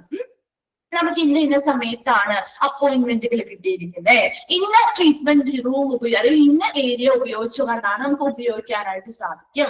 അതിനു വേണ്ടിയിട്ട് നമ്മൾ അപ്പോയിന്റ്മെന്റുകൾ ഷെഡ്യൂൾ ചെയ്തിരിക്കുന്നത് ഇന്ന ദിവസങ്ങളിലായിട്ടാണ്, ഇന്ന സമയത്താണ് എന്ന് ഇൻ പേഴ്സൺ നമുക്ക് നേരിട്ട് നമ്മളോട് പറയുകയാണെങ്കിലും അല്ലെങ്കിൽ ഇപ്പോ ഒരു ടെലിഫോണിലൂടെ ആണെങ്കിലും ഒക്കെ ചെയ്യുന്ന സമയത്ത് നമ്മൾ ആ ഒരു പേഷ്യൻസ് എപ്പോഴും സാറ്റിസ്ഫൈഡ് ആവുന്നില്ലേ അല്ലെ, സംതൃപ്തരാവുന്നില്ലേ? അതാണ് ഇവിടെ ഒപ്റ്റിമൈസ് ചെയ്യുക എന്ന് പറയുന്നത്. അപ്പൊ അങ്ങനെ പേഷ്യൻസിനെ സാറ്റിസ്ഫൈഡ് ആവുന്ന രീതിയിലുള്ള ക്രമീകരണങ്ങൾ നടത്തുക. അപ്പൊ ഇവിടെ ആ പേഷ്യൻസിന് ആവശ്യമായിട്ടുള്ള കൃത്യമായ ഡേറ്റിലും ടൈമിലും ഒക്കെ അവർക്ക് അപ്പോയിന്റ്മെന്റുകൾ ഷെഡ്യൂൾ ചെയ്ത് കൊടുക്കുക, അവരുടെ ട്രീറ്റ്മെന്റ് റൂം യൂട്ടിലൈസ് ചെയ്യുന്നതുമായി ബന്ധപ്പെട്ട കാര്യങ്ങൾ സെറ്റ് ചെയ്ത് കൊടുക്കുക. അതൊക്കെ അവർ നേരിട്ട് വന്ന് ഇപ്പൊ അപ്പോയിന്റ്മെന്റുകൾ എടുക്കാൻ വേണ്ടി വന്നതാവാം, അല്ലെങ്കിൽ ചിലപ്പോൾ ഫോൺ കോളിലൂടെയും ആവാം. അപ്പൊ എങ്ങനെയാണെങ്കിലും ആ വരുന്ന പേഷ്യൻസിന്റെ സാറ്റിസ്ഫാക്ഷൻ അച്ചീവ് ചെയ്യുക അല്ലെ. അതെല്ലാം എന്തിൽ വരുന്നതാ? Role of health care resource desk എന്ന് പറയുന്ന വിഭാഗത്തിന്റെ പങ്കുകളാണ്. എന്താ ഒന്നുകൂടി പറയാം മിസ്. ഫസ്റ്റ് പറയുന്നത് greet the caller with a positive approaching attitude. വിളിക്കുന്ന കോളറോട് എന്ത് ചെയ്യണം? നല്ലൊരു പോസിറ്റീവായ സമീപനത്തോടു കൂടി അവരെ ഉപചാരപൂർവ്വം സ്വീകരിക്കുക, അതിൽ അഭിവാദ്യം ചെയ്തുകൊണ്ട് സ്വീകരിക്കുക. രണ്ടാമതായിട്ട് respond instantly to the enquiries. അവർ ചോദിക്കുന്ന അല്ലെങ്കിൽ അവരുടെ അന്വേഷണങ്ങൾക്ക് ഉടനടി അതിന് പ്രതികരണങ്ങൾ അല്ലെങ്കിൽ മറുപടികൾ നൽകുക. Then know the number of departments of the hospital. ഹോസ്പിറ്റലിലെ മറ്റ് ഡിപ്പാർട്ട്മെന്റുകളുടെ നമ്പർ അറിഞ്ഞിരിക്കുക. Know the list of doctors and employees along with their numbers. അവിടെയുള്ള ഡോക്ടേഴ്സിന്റെയും എംപ്ലോയീസിന്റെയും അവരുടെ പേരും ഡീറ്റെയിൽസ് മാത്രം പോരാ, അവർ ഏത് ഡിപ്പാർട്ട്മെന്റിലാണ് വർക്ക് ചെയ്യുന്നത് മാത്രം പോരാ, അവരുടെ നമ്പർ കൂടി അറിഞ്ഞിരിക്കും. ചിലപ്പോൾ എന്തെങ്കിലും ഒരു അത്യാവശ്യത്തിന് പെട്ടെന്ന് ചിലപ്പോൾ വിളിക്കാൻ കാര്യങ്ങൾ അറിയണമെങ്കിൽ അവരുടെ നമ്പറും കൂടി വേണം അല്ലെ. Then should never be haughty while receiving a call. ഒരു കോൾ വിളിക്കുന്ന സമയത്ത് റിസീവ് ചെയ്യുന്ന സമയത്ത് ഒരിക്കലും അവർ ഹോട്ടി ആവാൻ പാടില്ല, അഹങ്കാരികളാവാൻ പാടില്ല. Optimise patient satisfaction. പേഷ്യൻസിന്റെ സാറ്റിസ്ഫാക്ഷൻ അച്ചീവ് ചെയ്യുന്നതിന് വേണ്ടി, ക്രമീകരിക്കുന്നതിന് വേണ്ടി അവർക്ക് കൃത്യമായിട്ടുള്ള സമയങ്ങളും കൃത്യമായ ട്രീറ്റ്മെന്റ് റൂമും ഒക്കെ ഉപയോഗിക്കുന്ന രീതിയിൽ അവർക്ക് അപ്പോയിന്റ്മെന്റുകൾ ഷെഡ്യൂൾ ചെയ്ത് ഇൻ പേഴ്സൺ ആയിട്ട് നേരിട്ട് നമുക്ക് അതിനനുസരിച്ചുള്ള സജ്ജീകരണങ്ങൾ ചെയ്തു കൊടുക്കുക. ഓർ ബൈ ടെലിഫോണിലൂടെ അപ്പോയിന്റ്മെന്റുകൾക്കായിട്ട് അവർ വിളിക്കുന്ന സമയത്ത് ചെയ്തു കൊടുക്കാം. ആ പേഷ്യൻസിന്റെ സാറ്റിസ്ഫാക്ഷൻ അച്ചീവ് ചെയ്യുക, സാറ്റിസ്ഫാക്ഷൻ കിട്ടുന്ന രീതിയിലുള്ള കാര്യങ്ങൾ ക്രമീകരിക്കേണ്ടത് ഒരു ഹെൽത്ത് കെയർ റിസോഴ്സ് ഡെസ്കിന്റെ റോളിൽ വരുന്നതാണ്. ഓക്കെ ആണോ? Role of health care resource desk. Okay, next വരുന്നത് role of health check desk. ഇനി ഇവിടെ എന്തൊക്കെയായിരിക്കും ഹെൽത്ത് ചെക്ക് ഡെസ്കിന്റെ role? Provide assistance and facilitate customer. എന്ത് ചെയ്യുന്നു? കസ്റ്റമേഴ്സിന് ആവശ്യമായ അസിസ്റ്റൻസ്, സഹായങ്ങൾ ചെയ്യുന്നു, അവരുടെ കാര്യങ്ങളെല്ലാം സുഗമമാക്കി മുന്നോട്ട് കൊണ്ടുപോകാൻ സഹായിക്കുന്നു. Provide assistance and facilitate customer. അവർക്ക് കസ്റ്റമേഴ്സിന് അല്ലെങ്കിൽ വരുന്ന പേഷ്യൻസിന് അല്ലെങ്കിൽ കസ്റ്റമേഴ്സിന് സഹായങ്ങൾ ചെയ്യുക, അവരെ സുഗമമായി കൊണ്ടു നടക്കുക. And handling corporate or walk-in inquiries. എന്താണ് വാക്കിൻ ഇൻക്വയറി അല്ലെങ്കിൽ കോർപ്പറേറ്റ് വാക്കിൻ ഇൻക്വയറീസ് എന്ന് പറയുന്നത്? വാക്കിൻ ഇൻക്വയറീസ് നമ്മൾ ചെയ്യാറുണ്ട്. നിങ്ങൾ ചെയ്തിട്ടുണ്ടോ? വാക്കിൻ ഇൻക്വയറീസ് ചെയ്തിട്ടുണ്ടോ? അതായത് നമ്മൾ പ്രീ ബുക്ക് ചെയ്യാതെ അല്ലെങ്കിൽ പ്രീ ഷെഡ്യൂളിംഗ് ചെയ്യാതെ അപ്പോയിന്റ്മെന്റുകളൊന്നും ചെയ്യാതെ നേരിട്ട് പോയി ചീട്ടൊക്കെ എടുത്തിട്ടുണ്ടോ? ഹോസ്പിറ്റലില് ചെയ്യാറുണ്ടോ? ചെയ്യാറുണ്ടോ? അത് തന്നെ. അപ്പൊ നമ്മുടെ വാക്കിൻ ഇൻക്വയറി എന്ന് പറഞ്ഞാൽ ഇതാണ് കേട്ടോ. അപ്പൊ ഒരു പേഷ്യന്റ് ആ ഒരു ഹോസ്പിറ്റലിലേക്ക് നമ്മൾ പ്രീ ഷെഡ്യൂൾ ചെയ്ത അപ്പോയിന്റ്മെന്റ് ഒന്നും ഇല്ലാതെ നമ്മൾ ആ ഒരു ഹോസ്പിറ്റലിലേക്ക് എത്തി. അവിടെ വന്നിട്ടായിരിക്കും നമ്മൾ അവിടെ അന്വേഷിക്കുന്നത്. ഡോക്ടറെ കാണാനാണെങ്കിൽ അല്ലെങ്കിൽ ഡയഗ്നോസിനെ ആണെങ്കിൽ അതിൻ്റെതായ പ്രൊസീജിയർ ചെയ്യുന്നത്. അപ്പൊ അങ്ങനെയുള്ള ആളുകൾ വരുമ്പോൾ അവരെ കൈകാര്യം ചെയ്യണം അല്ലെ. അപ്പൊ അങ്ങനെ കുറച്ച് പേരുണ്ടാവും അല്ലെ. എല്ലാവരും അപ്പോയിന്റ്മെന്റ് ഇതൊന്നും ആയിരിക്കില്ല ചിലപ്പോ വരുന്നത്. അപ്പൊ അങ്ങനെയുള്ളവരെ കൂടി മാനേജ് ചെയ്യണം അല്ലെങ്കിൽ ഹാൻഡിൽ ചെയ്യണം. Appointment and scheduling of health checkup. Health ചെക്കപ്പുമായി ബന്ധപ്പെട്ട് വന്നിരിക്കുന്ന ആളുകള് അല്ലെ, ആരോഗ്യ ചെക്കപ്പ് അല്ലെ, ആരോഗ്യപരമായിട്ടുള്ള കാര്യങ്ങളുടെ ചെക്കപ്പുകളുമായി ബന്ധപ്പെട്ട് വന്നിരിക്കുന്ന ആളുകളെ അപ്പോയിന്റ്മെന്റുകൾ എടുക്കുക, അവരുടെ ടൈമിങ്ങും കാര്യങ്ങളൊക്കെ ഷെഡ്യൂൾ ചെയ്ത് നൽകുക. കോർഡിനേറ്റിംഗ് വിത്ത് കൺസേൺ ഡിപ്പാർട്ട്മെന്റ്. ഇനി എന്താ, വന്നിരിക്കുന്ന ആളുകള് അല്ലെങ്കിൽ ഇപ്പൊ അപ്പോയിന്റ്മെന്റോ കാര്യങ്ങളൊക്കെ എടുത്തിട്ടുണ്ടെങ്കിൽ അതിൻ്റെതായ ഡിപ്പാർട്ട്മെന്റുകളുമായിട്ട് കോർഡിനേറ്റ് ചെയ്ത് അവരെ അവിടേക്ക് എന്ത് ചെയ്യണം, അയക്കണം അല്ലെ. Dispatch of report after health checkup. Health ചെക്കപ്പും കാര്യങ്ങളൊക്കെ കഴിഞ്ഞു കഴിയുമ്പോൾ അവർക്ക് എന്ത് ചെയ്യണം, ആ പരിശോധനയ്ക്ക് ശേഷം അവർക്ക് ആവശ്യമായിട്ടുള്ള റിപ്പോർട്ടുകൾ എന്ത് ചെയ്യണം, അയക്കുക അല്ലെങ്കിൽ നൽകുക. നോക്കിയേ, role of health check desk എന്തൊക്കെയാ പറയുന്നത്? Provide assistance and facilitate customer. കസ്റ്റമേഴ്സിനെ സഹായിക്കുകയും അവരെ സുഗമമാക്കി കൊണ്ടു നടക്കുകയും ചെയ്യുക. രണ്ടാമതായിട്ട് വാക്കിംഗ് ഇൻക്വയറീസ്, അതായത് പ്രീ ഷെഡ്യൂൾഡ് അപ്പോയിന്റ്മെന്റുകൾ ഇല്ലാതെ ആ ഹോസ്പിറ്റലിലേക്ക് വരുന്ന പേഷ്യൻസിന് അവർക്ക് ആവശ്യമായ കാര്യങ്ങൾ ചെയ്തു കൊടുക്കുക അല്ലെങ്കിൽ അവരെ കൈകാര്യം ചെയ്യുക. Appointment and scheduling of health checkup. Health ചെക്കപ്പിനായി വരുന്നവർക്ക് അപ്പോയിന്റ്മെന്റുകൾ ചെയ്യുക, അവർക്ക് കൃത്യസമയം കാര്യങ്ങളൊക്കെ വെച്ച് ഷെഡ്യൂൾ ചെയ്ത് കൊടുക്കുക. കോർഡിനേറ്റ് വിത്ത് കൺസേൺഡ് ഡിപ്പാർട്ട്മെന്റ്. അതാത് ഡിപ്പാർട്ട്മെന്റ് വരുന്ന പേഷ്യൻസുമായി ബന്ധപ്പെട്ട അതാത് ഡിപ്പാർട്ട്മെന്റുകളുമായിട്ട് കോർഡിനേറ്റ് ചെയ്യുക അല്ലെങ്കിൽ സഹകരിച്ച് മുന്നോട്ട് പോവുക. Dispatch of report after health checkup. Health ചെക്കപ്പുകൾ അല്ലെങ്കിൽ ആരോഗ്യ പരിശോധനകളൊക്കെ കഴിഞ്ഞതിന് ശേഷം റിപ്പോർട്ടുകൾ ഒന്നില്ലെങ്കിൽ അവർക്ക് അയച്ചു കൊടുക്കുക അല്ലെങ്കിൽ അവരുടെ കയ്യിൽ ഹാൻഡ് ഓവർ ചെയ്ത് കൊടുക്കുകയും ചെയ്യുക. ക്ലിയർ ആണോ? Role of health check desk.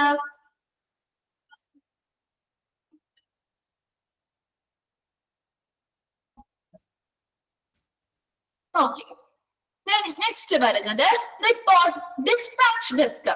ഇനി ആ ഒരു റിപ്പോർട്ട് ഡിസ്പാച്ച് ഡെസ്കിൽ എന്തൊക്കെ കാര്യങ്ങളാണ് അവരുടെ റോൾ നോക്കിയേ. Storage of reports received from various departments. പല ഡിപ്പാർട്ട്മെന്റുകളിൽ നിന്നും റിസീവ് ചെയ്ത് വരുന്ന അല്ലെങ്കിൽ സ്വീകരിക്കുന്ന റിപ്പോർട്ടുകൾ എന്ത് ചെയ്യുന്നു, കൃത്യമായിട്ട് സ്റ്റോർ ചെയ്യുന്നു അല്ലെ, സംരക്ഷിക്കുന്നു അല്ലെങ്കിൽ സംഭരിക്കുന്നു. Then provide reports on the time to the client. ഇനി എന്താ, പ്രൊവൈഡ് റിപ്പോർട്ട്സ്. ഇപ്പൊ ഹെൽത്ത് ചെക്കപ്പുകളോ കാര്യങ്ങളോ ഒക്കെ നമ്മൾ നടന്നു കഴിഞ്ഞു അല്ലെങ്കിൽ വേറെ എന്തെങ്കിലും നമ്മുടെ ഒരു ഡയഗ്നോസ്റ്റിക്കുമായി ബന്ധപ്പെട്ടോ അല്ലെങ്കിൽ മറ്റെന്തെങ്കിലും ഡോക്ടറുടെ പ്രിസ്ക്രിപ്ഷനുമായി ബന്ധപ്പെട്ടോ ഒക്കെ റിപ്പോർട്ടുകൾ കിട്ടുകയാണെങ്കിൽ അത് കൃത്യസമയത്ത് തന്നെ എന്ത് ചെയ്യണം, ക്ലയന്റിന് കൊടുക്കണം അല്ലെ.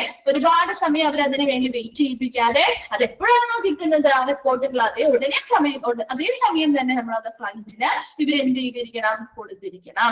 And maintaining record of the report received and hand over. ഇനി ഏതൊക്കെ റിപ്പോർട്ടുകളാണ് ആ ഒരു സ്ഥാപനം ആ ഒരു ഡിപ്പാർട്ട്മെന്റിലേക്ക് കിട്ടിയത്, ഏതൊക്കെയാണ് നമ്മൾ മറ്റു പേഷ്യൻസിന് ഹാൻഡ് ഓവർ ചെയ്തത് മുതലായിട്ടുള്ള കാര്യങ്ങളെ കുറിച്ചുള്ള റെക്കോർഡുകൾ മെയിൻറ്റെയിൻ ചെയ്യുകയും വേണം. 3 കാര്യങ്ങളാണ് ഒരു റിപ്പോർട്ട് ഡിസ്പാച്ച് ഡെസ്കിൽ പറയുന്നത്.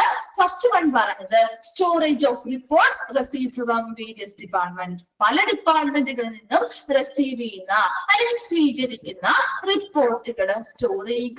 രണ്ടാമതായിട്ട് ഈ പറയുന്ന റിപ്പോർട്ടുകളെല്ലാം യഥാസമയം അല്ലെങ്കിൽ കൃത്യസമയത്ത് തന്നെ ക്ലയന്റിന് അല്ലെങ്കിൽ പേഷ്യൻസിന് കൊടുക്കുക. And maintaining record of reports received and hand over. എത്രത്തോളം റിപ്പോർട്ട്സ് കിട്ടി അല്ലെ, നമ്മൾ റിസീവ് ചെയ്തു ആ ഡിപ്പാർട്ട്മെന്റ്, എത്ര എണ്ണം നമ്മൾ അതിൽ ഹാൻഡ് ഓവർ ചെയ്തിട്ടുണ്ട്, അവർക്ക് കൊടുത്തിട്ടുണ്ട്, കൈമാറിയിട്ടുണ്ട്, അതുമായി ബന്ധപ്പെട്ട റെക്കോർഡുകൾ കൃത്യമായിട്ട് മെയിൻറ്റെയിൻ ചെയ്യുക. ഓക്കെ ആണോ? റിപ്പോർട്ട് ഡെസ്ക് ഡിസ്പാച്ച് ഡെസ്കിന്റെ റോള്. ഓക്കെ, നെക്സ്റ്റ് വരുന്നത് ഫ്രണ്ട് ഓഫീസിന്റെ ടൈമിംഗ് ആണ് കേട്ടോ. ഫ്രണ്ട് ഓഫീസിന്റെ ടൈമിംഗ് എത്ര മണിക്കൂറാണ് നമ്മൾ കാണാറ്? ഒരു ഫ്രണ്ട് ഓഫീസിന്റെ ടൈമിംഗ് എത്ര മണിക്കൂർ ആയിരിക്കും? എത്ര മണിക്കൂർ ആയിരിക്കും? 24 hours ആണ്. 24 hours ആണ്. അപ്പൊ നമ്മൾ രണ്ട് സമയത്ത് ഹോസ്പിറ്റലിൽ പോകും. നിങ്ങൾ ഇത്രയും ചിന്തിച്ചാൽ മതി. നമ്മൾ ഏത് സമയത്ത് ഹോസ്പിറ്റലിൽ പോയാലും നമുക്ക് ഒരു ചീറ്റ് ഉണ്ടെങ്കിലോ അല്ലെങ്കിൽ പുതിയതായിട്ട് എടുക്കുന്ന മുന്നിലോ ഒക്കെ അപ്പൊ തന്നെ ക്രിയേറ്റ് ചെയ്ത് തരാറില്ലേ അല്ലെ? അപ്പൊ തന്നെ ക്രിയേറ്റ് ചെയ്ത് തരും. അതാണ്. അപ്പൊ നിങ്ങൾ അങ്ങനെ ആലോചിച്ചാൽ മതി. ഒരു 24 മണിക്കൂറും അതുണ്ട് അല്ലെ? അപ്പൊ അതുകൊണ്ട് തന്നെ 24 hours സർവീസ് ആണ്. The front office provide patient care around the clock. That is 24 hours service. ആ ഒരു 24 മണിക്കൂർ എന്നുള്ളതൊന്ന് അണ്ടർലൈൻ ചെയ്ത് വെച്ചാൽ മതി കേട്ടോ. എത്ര സമയമാണ്, അതായത് അറൗണ്ട് ദി ക്ലോക്ക് എന്ന് പറഞ്ഞാൽ എന്താ, ഒരു ക്ലോക്കില് 24 മണിക്കൂർ അല്ലെ? ആ ഒരു 24 മണിക്കൂർ ഫ്രണ്ട് ഓഫീസിന്റെ പരിചരണം അല്ലെങ്കിൽ സർവീസ് നമുക്ക് ലഭ്യമായിരിക്കും. And staff works in 3 shift. അവിടെ സ്റ്റാഫുകൾ വർക്ക് ചെയ്യുന്നത് എത്ര ഷിഫ്റ്റ് ആയിട്ടാണ്? 3 ഷിഫ്റ്റുകളായിട്ടാണ് ഇവിടുത്തെ ജീവനക്കാര് വർക്ക് ചെയ്യുന്നത്. ജസ്റ്റ് അതൊന്ന് മനസ്സിലാക്കി വെച്ചാൽ മതി. 24 hours ആണ് അവിടെ ഡ്യൂട്ടി ടൈം എന്ന് പറയുന്നത്. അതുപോലെ അവര് ഷിഫ്റ്റ് അനുസരിച്ച് ഒരു 3 ഷിഫ്റ്റ് അനുസരിച്ചാണ് അവര് വർക്ക് ചെയ്യുന്നത്. ഓക്കെ ആണോ?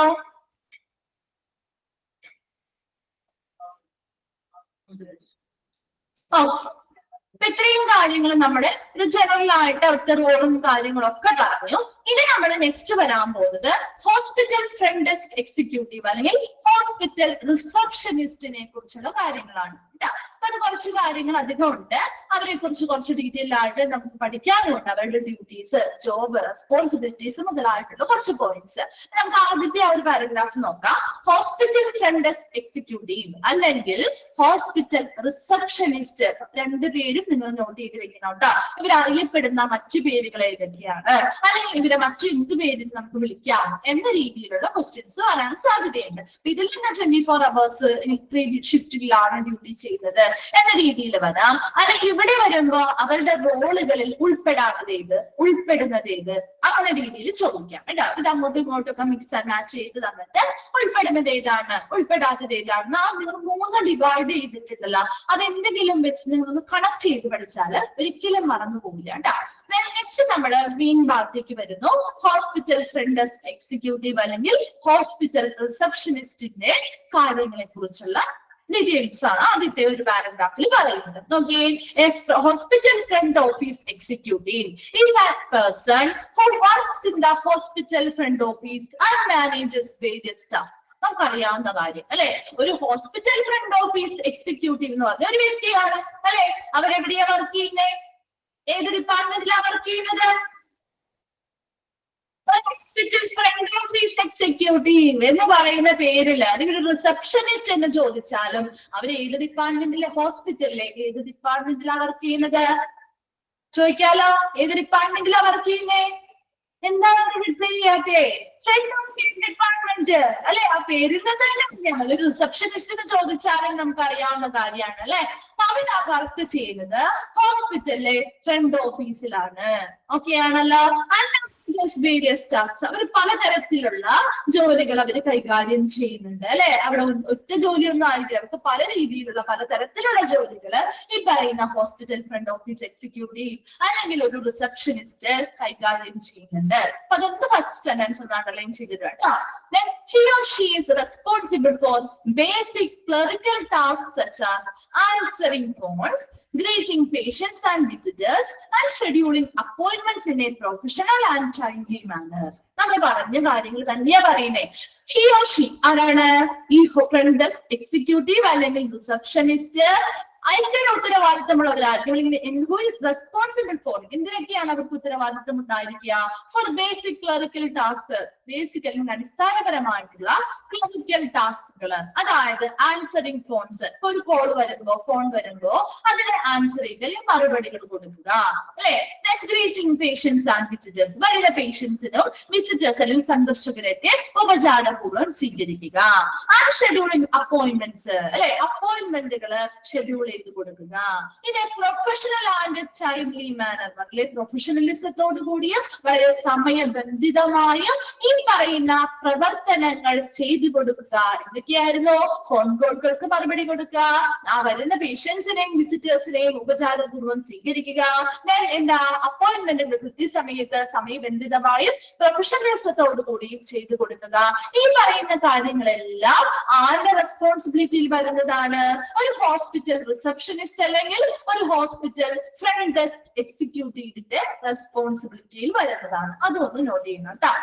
The most medical receptionists work in a physician's office. അല്ലെ, ഒരു മെഡിക്കൽ റിസപ്ഷനിസ്റ്റ്, മിക്ക മെഡിക്കൽ റിസപ്ഷനിസ്റ്റും ഒന്നില്ലെങ്കിൽ ഒരു ഫിസിഷ്യന്റെ ഓഫീസിലായിരിക്കും വർക്ക് ചെയ്യുന്നത്, അല്ലെങ്കിൽ ഒരു ഡെന്റിസ്റ്റിന്റെ ഓഫീസിലാവാം, ഫിസിഷ്യൻസിന്റെ ഓഫീസിലാവാം, ഒരു ഹോസ്പിറ്റലിലാവാം, അല്ലെങ്കിൽ മറ്റെന്തെങ്കിലും മെഡിക്കൽ സേവനങ്ങൾ കൊടുക്കുന്ന അല്ലെ മെഡിക്കൽ ഫെസിലിറ്റികളിലാവാം. ഇവിടെ ഒരു ഹോസ്പിറ്റൽ മെഡിക്കൽ റിസപ്ഷനിസ്റ്റുകൾക്ക് വർക്ക് ചെയ്യാൻ പറ്റും അല്ലെ. ഒരു ഹോസ്പിറ്റലിൽ മാത്രമെന്ന് നമുക്ക് പറയാൻ പറ്റില്ല. അവർക്ക് ഫിസിഷ്യൻസിന്റെ ഓഫീസിലാവാം, ഡെന്റിസ്റ്റിന്റെ ഓഫീസിലാവാം, ഹോസ്പിറ്റലില് അല്ലെങ്കിൽ മറ്റ് മെഡിക്കൽ സൗകര്യങ്ങളുള്ള സ്ഥാപനങ്ങളിലോ ഈ മെഡിക്കൽ റിസപ്ഷനിസ്റ്റുകൾക്ക് മിക്കവാറും വർക്ക് ചെയ്യാൻ സാധിക്കും. സ്മോളർ ഓഫീസസ്, ഇനി ചെറിയ ഓഫീസ് ആണെന്ന് വിചാരിക്കുക, ഇവർ വർക്ക് ചെയ്യുന്നത് ഒരു ചെറിയ ഓഫീസിലാണ്. The medical receptionist will be responsible for both administrative and clinical duties. ഇവർ എന്ത് കാര്യങ്ങൾ ചെയ്യേണ്ടതായിട്ട് വരും? ഒരു ചെറിയ ഓഫീസ് ആവുമ്പോ അതിനനുസരിച്ച് അതിലുള്ള ഡിപ്പാർട്ട്മെന്റ് കാര്യങ്ങളൊക്കെ ഉണ്ടാവുള്ളൂ അല്ലെ. ഒരു ചെറിയ സ്ഥാപനമാവാം, അല്ലെങ്കിൽ ചെറിയ ഹോസ്പിറ്റൽ ആവാം. അപ്പൊ നമ്മൾ എന്താണ് ഇവരുടെ ഒരു റെസ്പോൺസിബിലിറ്റി എന്ന് പറഞ്ഞാല് അഡ്മിനിസ്ട്രേറ്റീവ് അല്ലെങ്കിൽ പറയുന്ന ക്ലറിക്കൽ ഡ്യൂട്ടീസ് മാത്രമല്ല അവർക്ക് ചെയ്യേണ്ടി വരിക, ക്ലിനിക്കൽ ഡ്യൂട്ടീസ് കൂടി ചെയ്യേണ്ടതായിട്ട് വരും. അതായത് പേഷ്യൻസിന് കൊടുക്കുന്ന പരിചരണത്തിൽ കൂടി ഇവർ എന്ത് ചെയ്യേണ്ടതായിട്ട് വരും? ഉൾപ്പെടേണ്ടതായിട്ട് വരും. ഓക്കെ ആണോ? ഇൻചാർജ് ലാർജ് ഓഫീസ്, ഇനി ഒരു വലിയ ഓഫീസ് ഒക്കെയാണ് ഇവർ വർക്ക് ചെയ്യുന്നതെങ്കിൽ they may only be responsible for administrative or clerical duty. അവർക്ക് എന്ത് മാത്രമേ ഉണ്ടാവുള്ളൂ? ഒരു വലിയ ഓഫീസ് ആവുമ്പോ അവർക്ക് ഒന്നിൽ മാത്രം ഒതുങ്ങി നിൽക്കുന്നു അല്ലെ. അഡ്മിനിസ്ട്രേറ്റീവ് അല്ലെങ്കിൽ ക്ലറിക്കൽ ഡ്യൂട്ടീസ് മാത്രമേ അവർക്ക് ഉണ്ടായിരുന്നുള്ളൂ. ആ ഡ്യൂട്ടീസ് തന്നെ കുറച്ച് അധികം ഉണ്ടാവും. അപ്പൊ അടുത്ത ഡ്യൂട്ടി എടുക്കാനായിട്ട് ചിലപ്പോൾ അവർക്ക് സമയം ഉണ്ടാവില്ല. അതേസമയം ചെറിയ ഓഫീസ് ആകുമ്പോൾ അതിനനുസരിച്ച് ഡ്യൂട്ടീസ് കുറയുന്നത് കൊണ്ടാണ് അവർക്ക് മറ്റൊരു ഏരിയയും കൂടി അവരുടെ റെസ്പോൺസിബിലിറ്റി വരുന്നത്. മനസ്സിലായോ? Then the position is referred to as a medical office assistant. ഈ ഒരു പൊസിഷനെ അല്ലെങ്കിൽ ഒരു ഹോസ്പിറ്റൽ റിസപ്ഷനിസ്റ്റ് എന്ന് പറയുന്ന ആ ഒരു പൊസിഷൻ, ആ ഒരു പൊസിഷനെ അറിയപ്പെടുന്ന മറ്റു പേരുകളാണല്ലോ പറയുന്നത്. മെഡിക്കൽ ഓഫീസ് അസിസ്റ്റന്റ് എന്ന് പറയാം, മെഡിക്കൽ അസിസ്റ്റന്റ് എന്ന് പറയാം, റിസപ്ഷനിസ്റ്റ് എന്ന് പറയാം, or health care administrative profession. അതും കൂടി ഒന്ന് അണ്ടർലൈൻ ചെയ്ത് വെച്ചോട്ടോ. ഈ ഒരു ഫ്രണ്ട് ഡെസ്ക് എക്സിക്യൂട്ടീവ് അല്ലെങ്കിൽ ഒരു ഹോസ്പിറ്റൽ റിസപ്ഷനിസ്റ്റ് എന്ന് പറയുന്ന ഒരു പൊസിഷനെ അറിയപ്പെടുന്ന മറ്റു പേരുകളാണ് medical office assistant, medical assistant, receptionist or health care administrative profession. വേഗം ഒന്ന് വായിച്ചു നോക്കിയ ആ ഒരു പാരഗ്രാഫ്. എന്നിട്ട് അതുപോലെ സിസ്റ്റർ ഒന്ന് പറഞ്ഞിട്ട് അടുത്ത ഭാഗത്തേക്ക് പോവാം.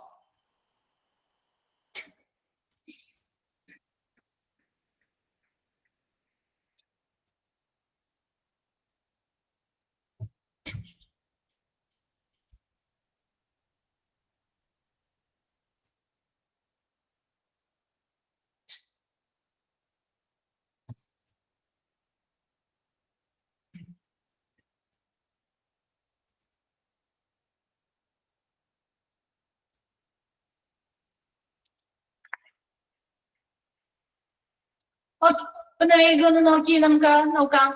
ഒരു ഹോസ്പിറ്റൽ ഫ്രണ്ട് ഡെസ്ക് എക്സിക്യൂട്ടീവ് അല്ലെങ്കിൽ ഒരു ഹോസ്പിറ്റൽ റിസപ്ഷനിസ്റ്റ് എന്ന് പറയുന്നത് ഹോസ്പിറ്റൽ ഫ്രണ്ട് ഓഫീസിൽ തന്നെയാണ് അവർ വർക്ക് ചെയ്യുന്നത് അല്ലെ. അവർ പലതരത്തിലുള്ള ജോലികൾ അല്ലെങ്കിൽ ടാസ്കുകൾ അവർ കൈകാര്യം ചെയ്യുന്നുണ്ട്. പ്രധാനമായിട്ടും അവരുടെ റെസ്പോൺസിബിലിറ്റി അല്ലെങ്കിൽ ഉത്തരവാദിത്തം എന്ന് പറയുന്നത് അവരെന്താ അടിസ്ഥാനപരമായ ക്ലറിക്കൽ ടാസ്കുകൾ ചെയ്യുക. അതായത് ഫോൺ കോൾസ് വരുമ്പോൾ മറുപടി പറയുക, പേഷ്യൻസിനെ ഉപചാരപൂർവ്വം സ്വീകരിക്കുക, വിസിറ്റേഴ്സിനെയും അതുപോലെ തന്നെ അപ്പോയിന്റ്മെന്റ്സ് ഷെഡ്യൂൾ ചെയ്യുക. അതെങ്ങനെയായിരിക്കും? വളരെ പ്രൊഫഷണലിസത്തോടു കൂടിയ സമയബന്ധിതമായിട്ടും ചെയ്യുക എന്നത് അവരുടെ റെസ്പോൺസിബിലിറ്റിയാണ്.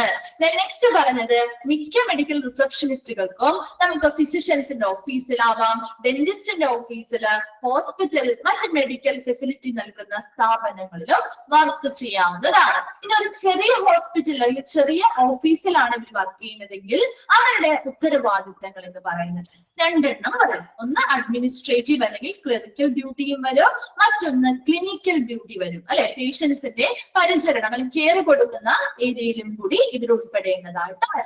എന്നാൽ ഒരു ലാർജ് ഓഫീസ് ആവുമ്പോ അവിടെ അവർക്ക് അഡ്മിനിസ്ട്രേറ്റീവ് അല്ലെങ്കിൽ ക്ലറിക്കൽ ഡ്യൂട്ടി മാത്രമായിരിക്കും ഉണ്ടായിരിക്കുക. ഈ ഒരു പൊസിഷൻ അല്ലെങ്കിൽ ഈ ഒരു തസ്തിക ഇതിനെ അറിയപ്പെടുന്ന മറ്റു പേരുകളാണ് medical office assistant, medical assistant, receptionist അല്ലെങ്കിൽ health care administrative profession. Clear ആണോ ആ ഒരു ഫസ്റ്റ് പാരഗ്രാഫ് ഇൻട്രൊഡക്ഷൻ ഭാഗം? ഓക്കെ, നെക്സ്റ്റ് നമ്മള് main job duties and responsibilities എന്തൊക്കെയാണ് ആ ഒരു ഫ്രണ്ട് ഡെസ്ക് എക്സിക്യൂട്ടീവ് അല്ലെങ്കിൽ ഒരു റിസപ്ഷനിസ്റ്റിന്റെ പ്രധാന ജോലികള്, ചുമതലകള്, ഉത്തരവാദിത്തങ്ങള് എന്തൊക്കെയാണ് എന്നാണ് പഠിക്കാൻ പോകുന്നത്. കുറച്ചധികം പോയിന്റ്സ് ഉണ്ട് കേട്ടോ. വളരെ സിമ്പിൾ ആയിട്ടുള്ള പോയിന്റ്സ് ആണ്, നമുക്ക് അറിയാവുന്ന പോയിന്റ്സ് ആണ്. എന്നാൽ അത് ഓരോ പോയിന്റ് ആയിട്ട് എക്സ്പ്ലെയിൻ ചെയ്ത് കൊടുത്തിട്ടുണ്ട് കേട്ടോ. ഫസ്റ്റ് പോയിന്റ് നോക്കിയേ, welcomes and greets all patients and visitors personally or over the phone. നമ്മൾ പഠിച്ച കാര്യങ്ങൾ തന്നെയാണ് വന്നെയും പറയുന്നത് അല്ലെ.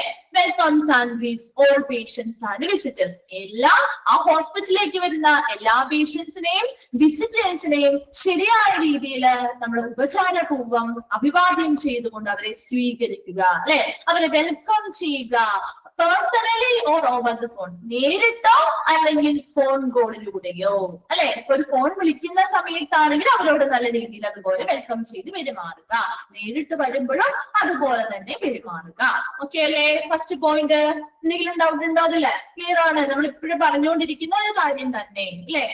രണ്ടാമതായിട്ട് the receptionist even if you can't verbally greet the patient. നമ്മൾ ചെല്ലുന്നു, അപ്പൊ ചിലപ്പോ റിസപ്ഷനിൽ ഭയങ്കര തിരക്കാണെന്ന് വിചാരിക്കാം അല്ലെ. അപ്പൊ നമുക്ക് എല്ലാവരെയും ഇതുപോലെ പേഴ്സണൽ ആയിട്ട് ഓരോരുത്തരെയും നമുക്ക് ഗ്രീറ്റ് ചെയ്യാൻ ചിലപ്പോ സമയം കിട്ടിയെന്ന് വരില്ല അല്ലെ. അപ്പൊ അവരെന്ത് ചെയ്യുന്നു, നമുക്ക് വാക്കാലെ അവരെ അഭിവാദ്യം ചെയ്യാനോ അല്ലെങ്കിൽ സ്വീകരിക്കാനോ ചിലപ്പോ സാധിച്ചെന്ന് വരില്ല. അപ്പൊ അവിടെ എന്ത് ചെയ്യണം? ഗെറ്റിംഗ് ഐ കോണ്ടാക്ട്, നമ്മളോടൊരു അല്ലെങ്കിൽ വന്നിരിക്കുന്ന പേഷ്യൻസിനോടൊരു ഐ കോണ്ടാക്ട് ഉണ്ടാക്കിയെടുക്കുക. എന്തിനു വേണ്ടിയാണ് ഒരു ഐ കോണ്ടാക്ട് ഉണ്ടാക്കിയെടുക്കുന്നത്? With them let's them know you are aware of their presence and will get to them as soon as possible. ആ കോണ്ടാക്റ്റിൽ ഉണ്ടാക്കിയെടുക്കുന്നതിന്റെ ഉദ്ദേശം എന്ന് പറയുന്നത് അവരുടെ പ്രസൻസ്, അതായത് അവരവിടെ വന്നിട്ടുണ്ട് എന്നുള്ള അവരുടെ ആ ഒരു പ്രസൻസ് നമ്മൾ മനസ്സിലാക്കി എന്നവർക്കും ബോധ്യപ്പെടണം അല്ലെ. അതുകൂടാതെ എത്രയും പെട്ടെന്ന് ഈ ചെയ്തുകൊണ്ടിരിക്കുന്ന ഡ്യൂട്ടീസ് കഴിഞ്ഞ് ഞങ്ങൾ നിങ്ങളുടെ അടുത്തേക്ക് വരും എന്ന രീതിയിലുള്ളൊരു വാഗ്ദാനം അല്ലെങ്കിൽ എന്ന രീതിയിലുള്ളൊരു അവസരം അല്ലെങ്കിൽ ഒരു എന്താണ് എന്ന രീതിയിലുള്ളൊരു കാര്യം അവരെ അറിയിക്കുകയാണ് നമ്മൾ ആ ഒരു ഐ കോണ്ടാക്റ്റിലൂടെ ചെയ്യേണ്ടത്. മനസ്സിലായോ? രണ്ടാമതായി പറയുന്നത് ഒരു റിസപ്ഷനിസ്റ്റിന് ചിലപ്പോൾ പല കാരണങ്ങൾ കൊണ്ട് അവർക്ക് ചിലപ്പോൾ വെർബലി ഗ്രീറ്റ് ചെയ്യാൻ സാധിക്കില്ല, ചിലപ്പോൾ വാക്കാൽ അവരെ എന്ത് ചെയ്യാൻ പറ്റില്ല, അഭിവാദ്യം ചെയ്ത് സ്വീകരിക്കാൻ അല്ലെങ്കിൽ സാധിക്കില്ലായിരിക്കാം. അങ്ങനെയുള്ള സിറ്റുവേഷൻസിൽ അവരുമായിട്ട് വരുന്ന ആളുകളുമായിട്ട് ഒരു ഐ കോണ്ടാക്റ്റിലൂടെ നമുക്ക് എന്ത് മനസ്സിലാക്കിക്കാൻ പറ്റും അവരിലോട്? നമ്മൾ ഇവിടെ കുറച്ച് തിരക്കിലാണ് അല്ലെ, അപ്പൊ നമ്മൾ അവരുടെ പ്രസൻസ് അല്ലെങ്കിൽ അവർ വന്നിട്ടുണ്ട് എന്നുള്ള ആ ഒരു പ്രസൻസ് നമ്മൾ മനസ്സിലാക്കിയിട്ടുണ്ട്, നമ്മൾ അതിൽ അവെയർ ആണ്, നമ്മൾ അവരുടെ പ്രസൻസിൽ ബോധവാന്മാരാണ്. എന്നാൽ ഈ ഒരു ജോലി ചെയ്ത് കഴിഞ്ഞ് ഉടനെ നമ്മൾ അവരുടെ അടുത്തേക്ക് അല്ല അവരുടെ കാര്യങ്ങൾ ചെയ്യാനായിട്ട് വരുന്നതായിരിക്കും എന്ന രീതിയിലുള്ള ഒരു കാര്യം അവരെ ബോധിപ്പിക്കാൻ അല്ലെങ്കിൽ അവരെ മനസ്സിലാക്കിയെടുക്കാൻ വേണ്ടിയിട്ട് നമുക്ക് ഈ ഒരു ഐ കോണ്ടാക്ട് വഴി സാധിക്കുന്നുണ്ട്. ക്ലിയർ ആയോ? സെക്കൻഡ് സെന്റൻസ് ഓരോ സെന്റൻസും ഇനി മിസ് അധികം റിപ്പീറ്റ് ചെയ്യുന്നില്ല, അതുകൊണ്ടാണ് കേട്ടോ. അപ്പൊ ഓരോ സെന്റൻസും കഴിയുമ്പോൾ ഡൗട്ട്സോ കാര്യങ്ങളോ ഉണ്ടെങ്കിൽ ഒന്ന് പറയാൻ മതി കേട്ടോ. ഒരുപാട് സെന്റൻസുകൾ ഉണ്ട്, അപ്പൊ നിങ്ങൾ ജസ്റ്റ് ഒന്ന് വായിച്ചിട്ട് ഏതെങ്കിലും പോയിന്റ്സ് ക്ലിയർ ആവാറുണ്ടെങ്കിൽ ചോദിച്ചാൽ മതി. Okay, third point നോക്കിയേ, respond to inquiries by patients, prospective patients and visitors in a cautious manner. ഇനി എന്ത് ചെയ്യണം? Response to inquiries by patients. ഇപ്പൊ പേഷ്യൻസ് ചോദിക്കുന്ന ഇൻക്വയറീസ് ആവാം അല്ലെ, അതിനോട് റെസ്പോണ്ട് ചെയ്യുക. പ്രോസ്പെക്റ്റീവ് പേഷ്യൻസ് എന്ന് പറഞ്ഞാൽ എന്താണ് അതെ വരാനിരിക്കുന്ന, വെരി ഗുഡ്, വരാനിരിക്കുന്ന പേഷ്യൻസ് അല്ലെ. ഇപ്പൊ നമ്മൾ ഓൾറെഡി നമ്മൾ വരാനിരിക്കുന്ന പേഷ്യൻസ് ഉദ്ദേശിക്കുന്നത് എന്താണ്? ആ ഹോസ്പിറ്റലിൽ ചിലപ്പോൾ അവരെ നേരിട്ട് വന്നിട്ടുണ്ടാവില്ല, പക്ഷെ ഫോൺ കോളുകളിലൂടെയോ അല്ലാതെയൊക്കെ ചിലപ്പോൾ അവർ അപ്പോയിന്റ്മെന്റുകൾ എടുത്തിട്ടുണ്ടാവാം അല്ലെ. അപ്പൊ വരാനിരിക്കുന്ന പേഷ്യൻസ് ആണ് പ്രോസ്പെക്റ്റീവ് പേഷ്യൻസ് എന്ന് പറയുന്നത്. ആൻഡ് വിസിറ്റേഴ്സിന്റെ കോഷ്യസ് മാനർ. എന്താണ് കോഷ്യസ് മാനർ എന്ന് ഉദ്ദേശിക്കുന്നത്? മാന്യമായ രീതിയിലുള്ളൊരു പെരുമാറ്റം അല്ലെങ്കിൽ പ്രതികരണമായിരിക്കണം അല്ലെ. നോക്കിയേ, response to inquiries by patients. ഇപ്പൊ പേഷ്യന്റ് അവിടെ നിലവിലുള്ള ഒരു രോഗി ഒരു അന്വേഷണം നടത്തുകയാണെങ്കിലോ, ഒരു വരാനിരിക്കുന്ന പേഷ്യൻസ് ഒരു അന്വേഷണങ്ങൾ നടത്തുകയാണെങ്കിലോ, അവിടെ വന്നിരിക്കുന്ന വിസിറ്റേഴ്സ് അല്ലെങ്കിൽ സന്ദർശകർ അവിടെ അന്വേഷണങ്ങൾ നടത്തുമ്പോഴോ അവരോട് എങ്ങനെയാണ് എങ്ങനെയായിരിക്കണം റെസ്പോണ്ട് ചെയ്തത്? ഒരു കോഷ്യസ് മാനറില് അല്ലെങ്കിൽ ഒരു മാന്യമായ രീതിയിൽ അവരോട് റെസ്പോണ്ട് ചെയ്യുക, അല്ലെങ്കിൽ പ്രതികരിക്കുക.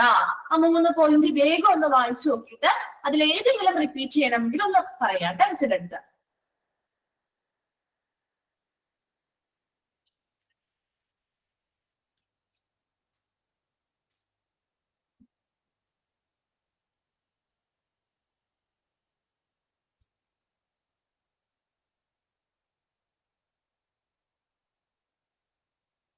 സെക്കൻഡ് പോയിന്റോ? സെക്കൻഡ് പോയിന്റ് അല്ലേ റിസപ്ഷനിസ്റ്റ്. ഇപ്പൊ ഒരു റിസപ്ഷനിസ്റ്റിന്റെ അടുത്ത് നമ്മൾ ഒരുപാട് പേര് ഒരുപാട് ചില സമയത്ത് ഭയങ്കര തിരക്കായിരിക്കില്ലേ റിസപ്ഷനിസ്റ്റിന്റെ ഒക്കെ അവിടെ.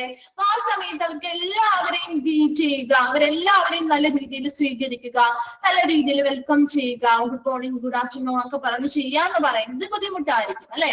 അങ്ങനെയുള്ള സമയത്ത് ചിലപ്പോൾ അവർക്ക് വാക്കാലെ അവർക്ക് ഇങ്ങനെ ഗ്രീറ്റ് ചെയ്ത് അല്ലെങ്കിൽ അവരെ അഭിവാദ്യം ചെയ്ത് സ്വീകരിക്കാൻ ചിലപ്പോൾ സാധിക്കില്ല.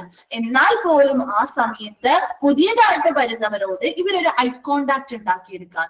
എന്തുകൊണ്ടാണ് ഐ കോണ്ടാക്ട്? അവരൊന്ന് നോക്കണം. കാരണം എന്താ?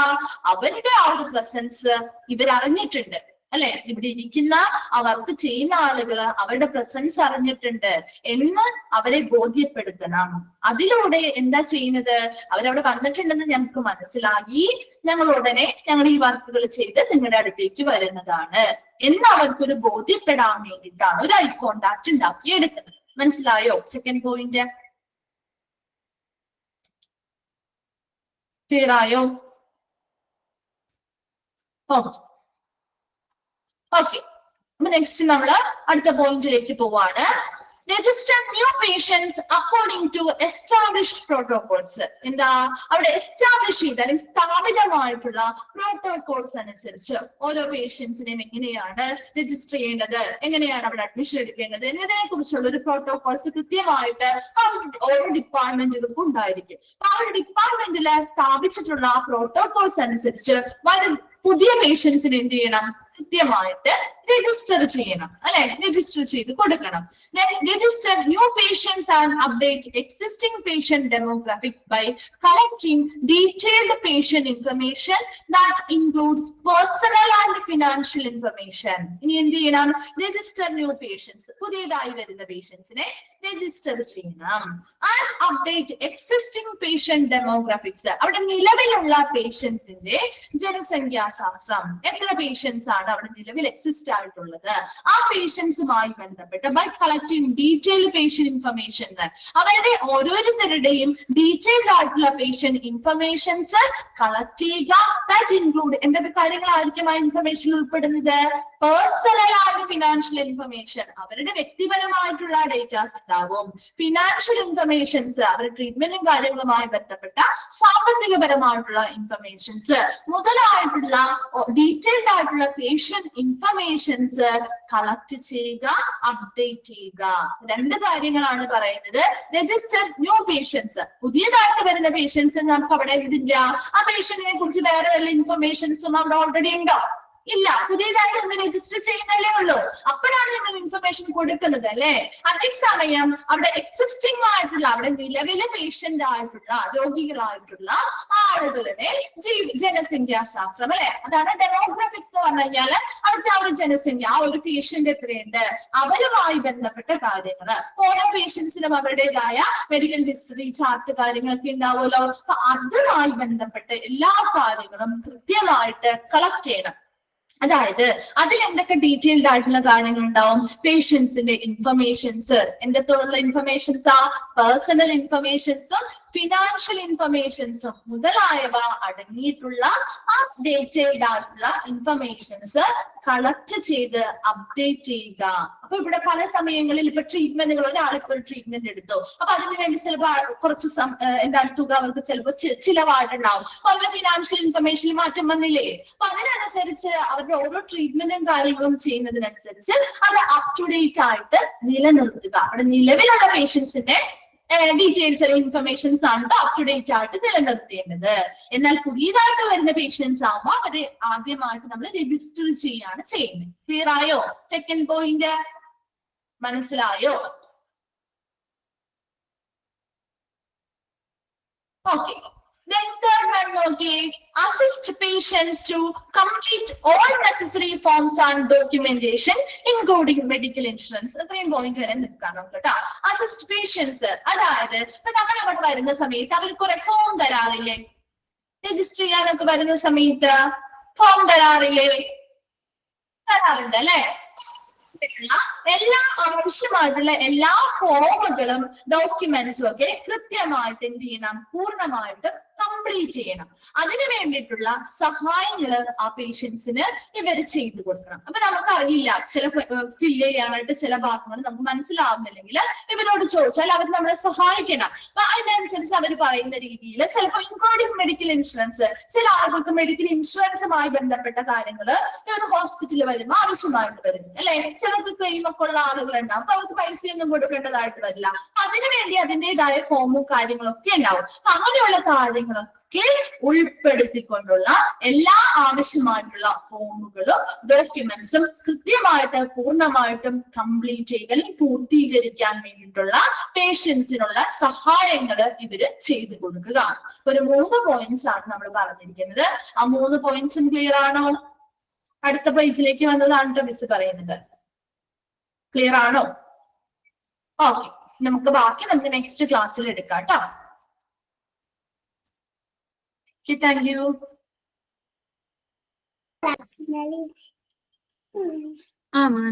ഇതിങ്ങനെ Thank you, ma'am.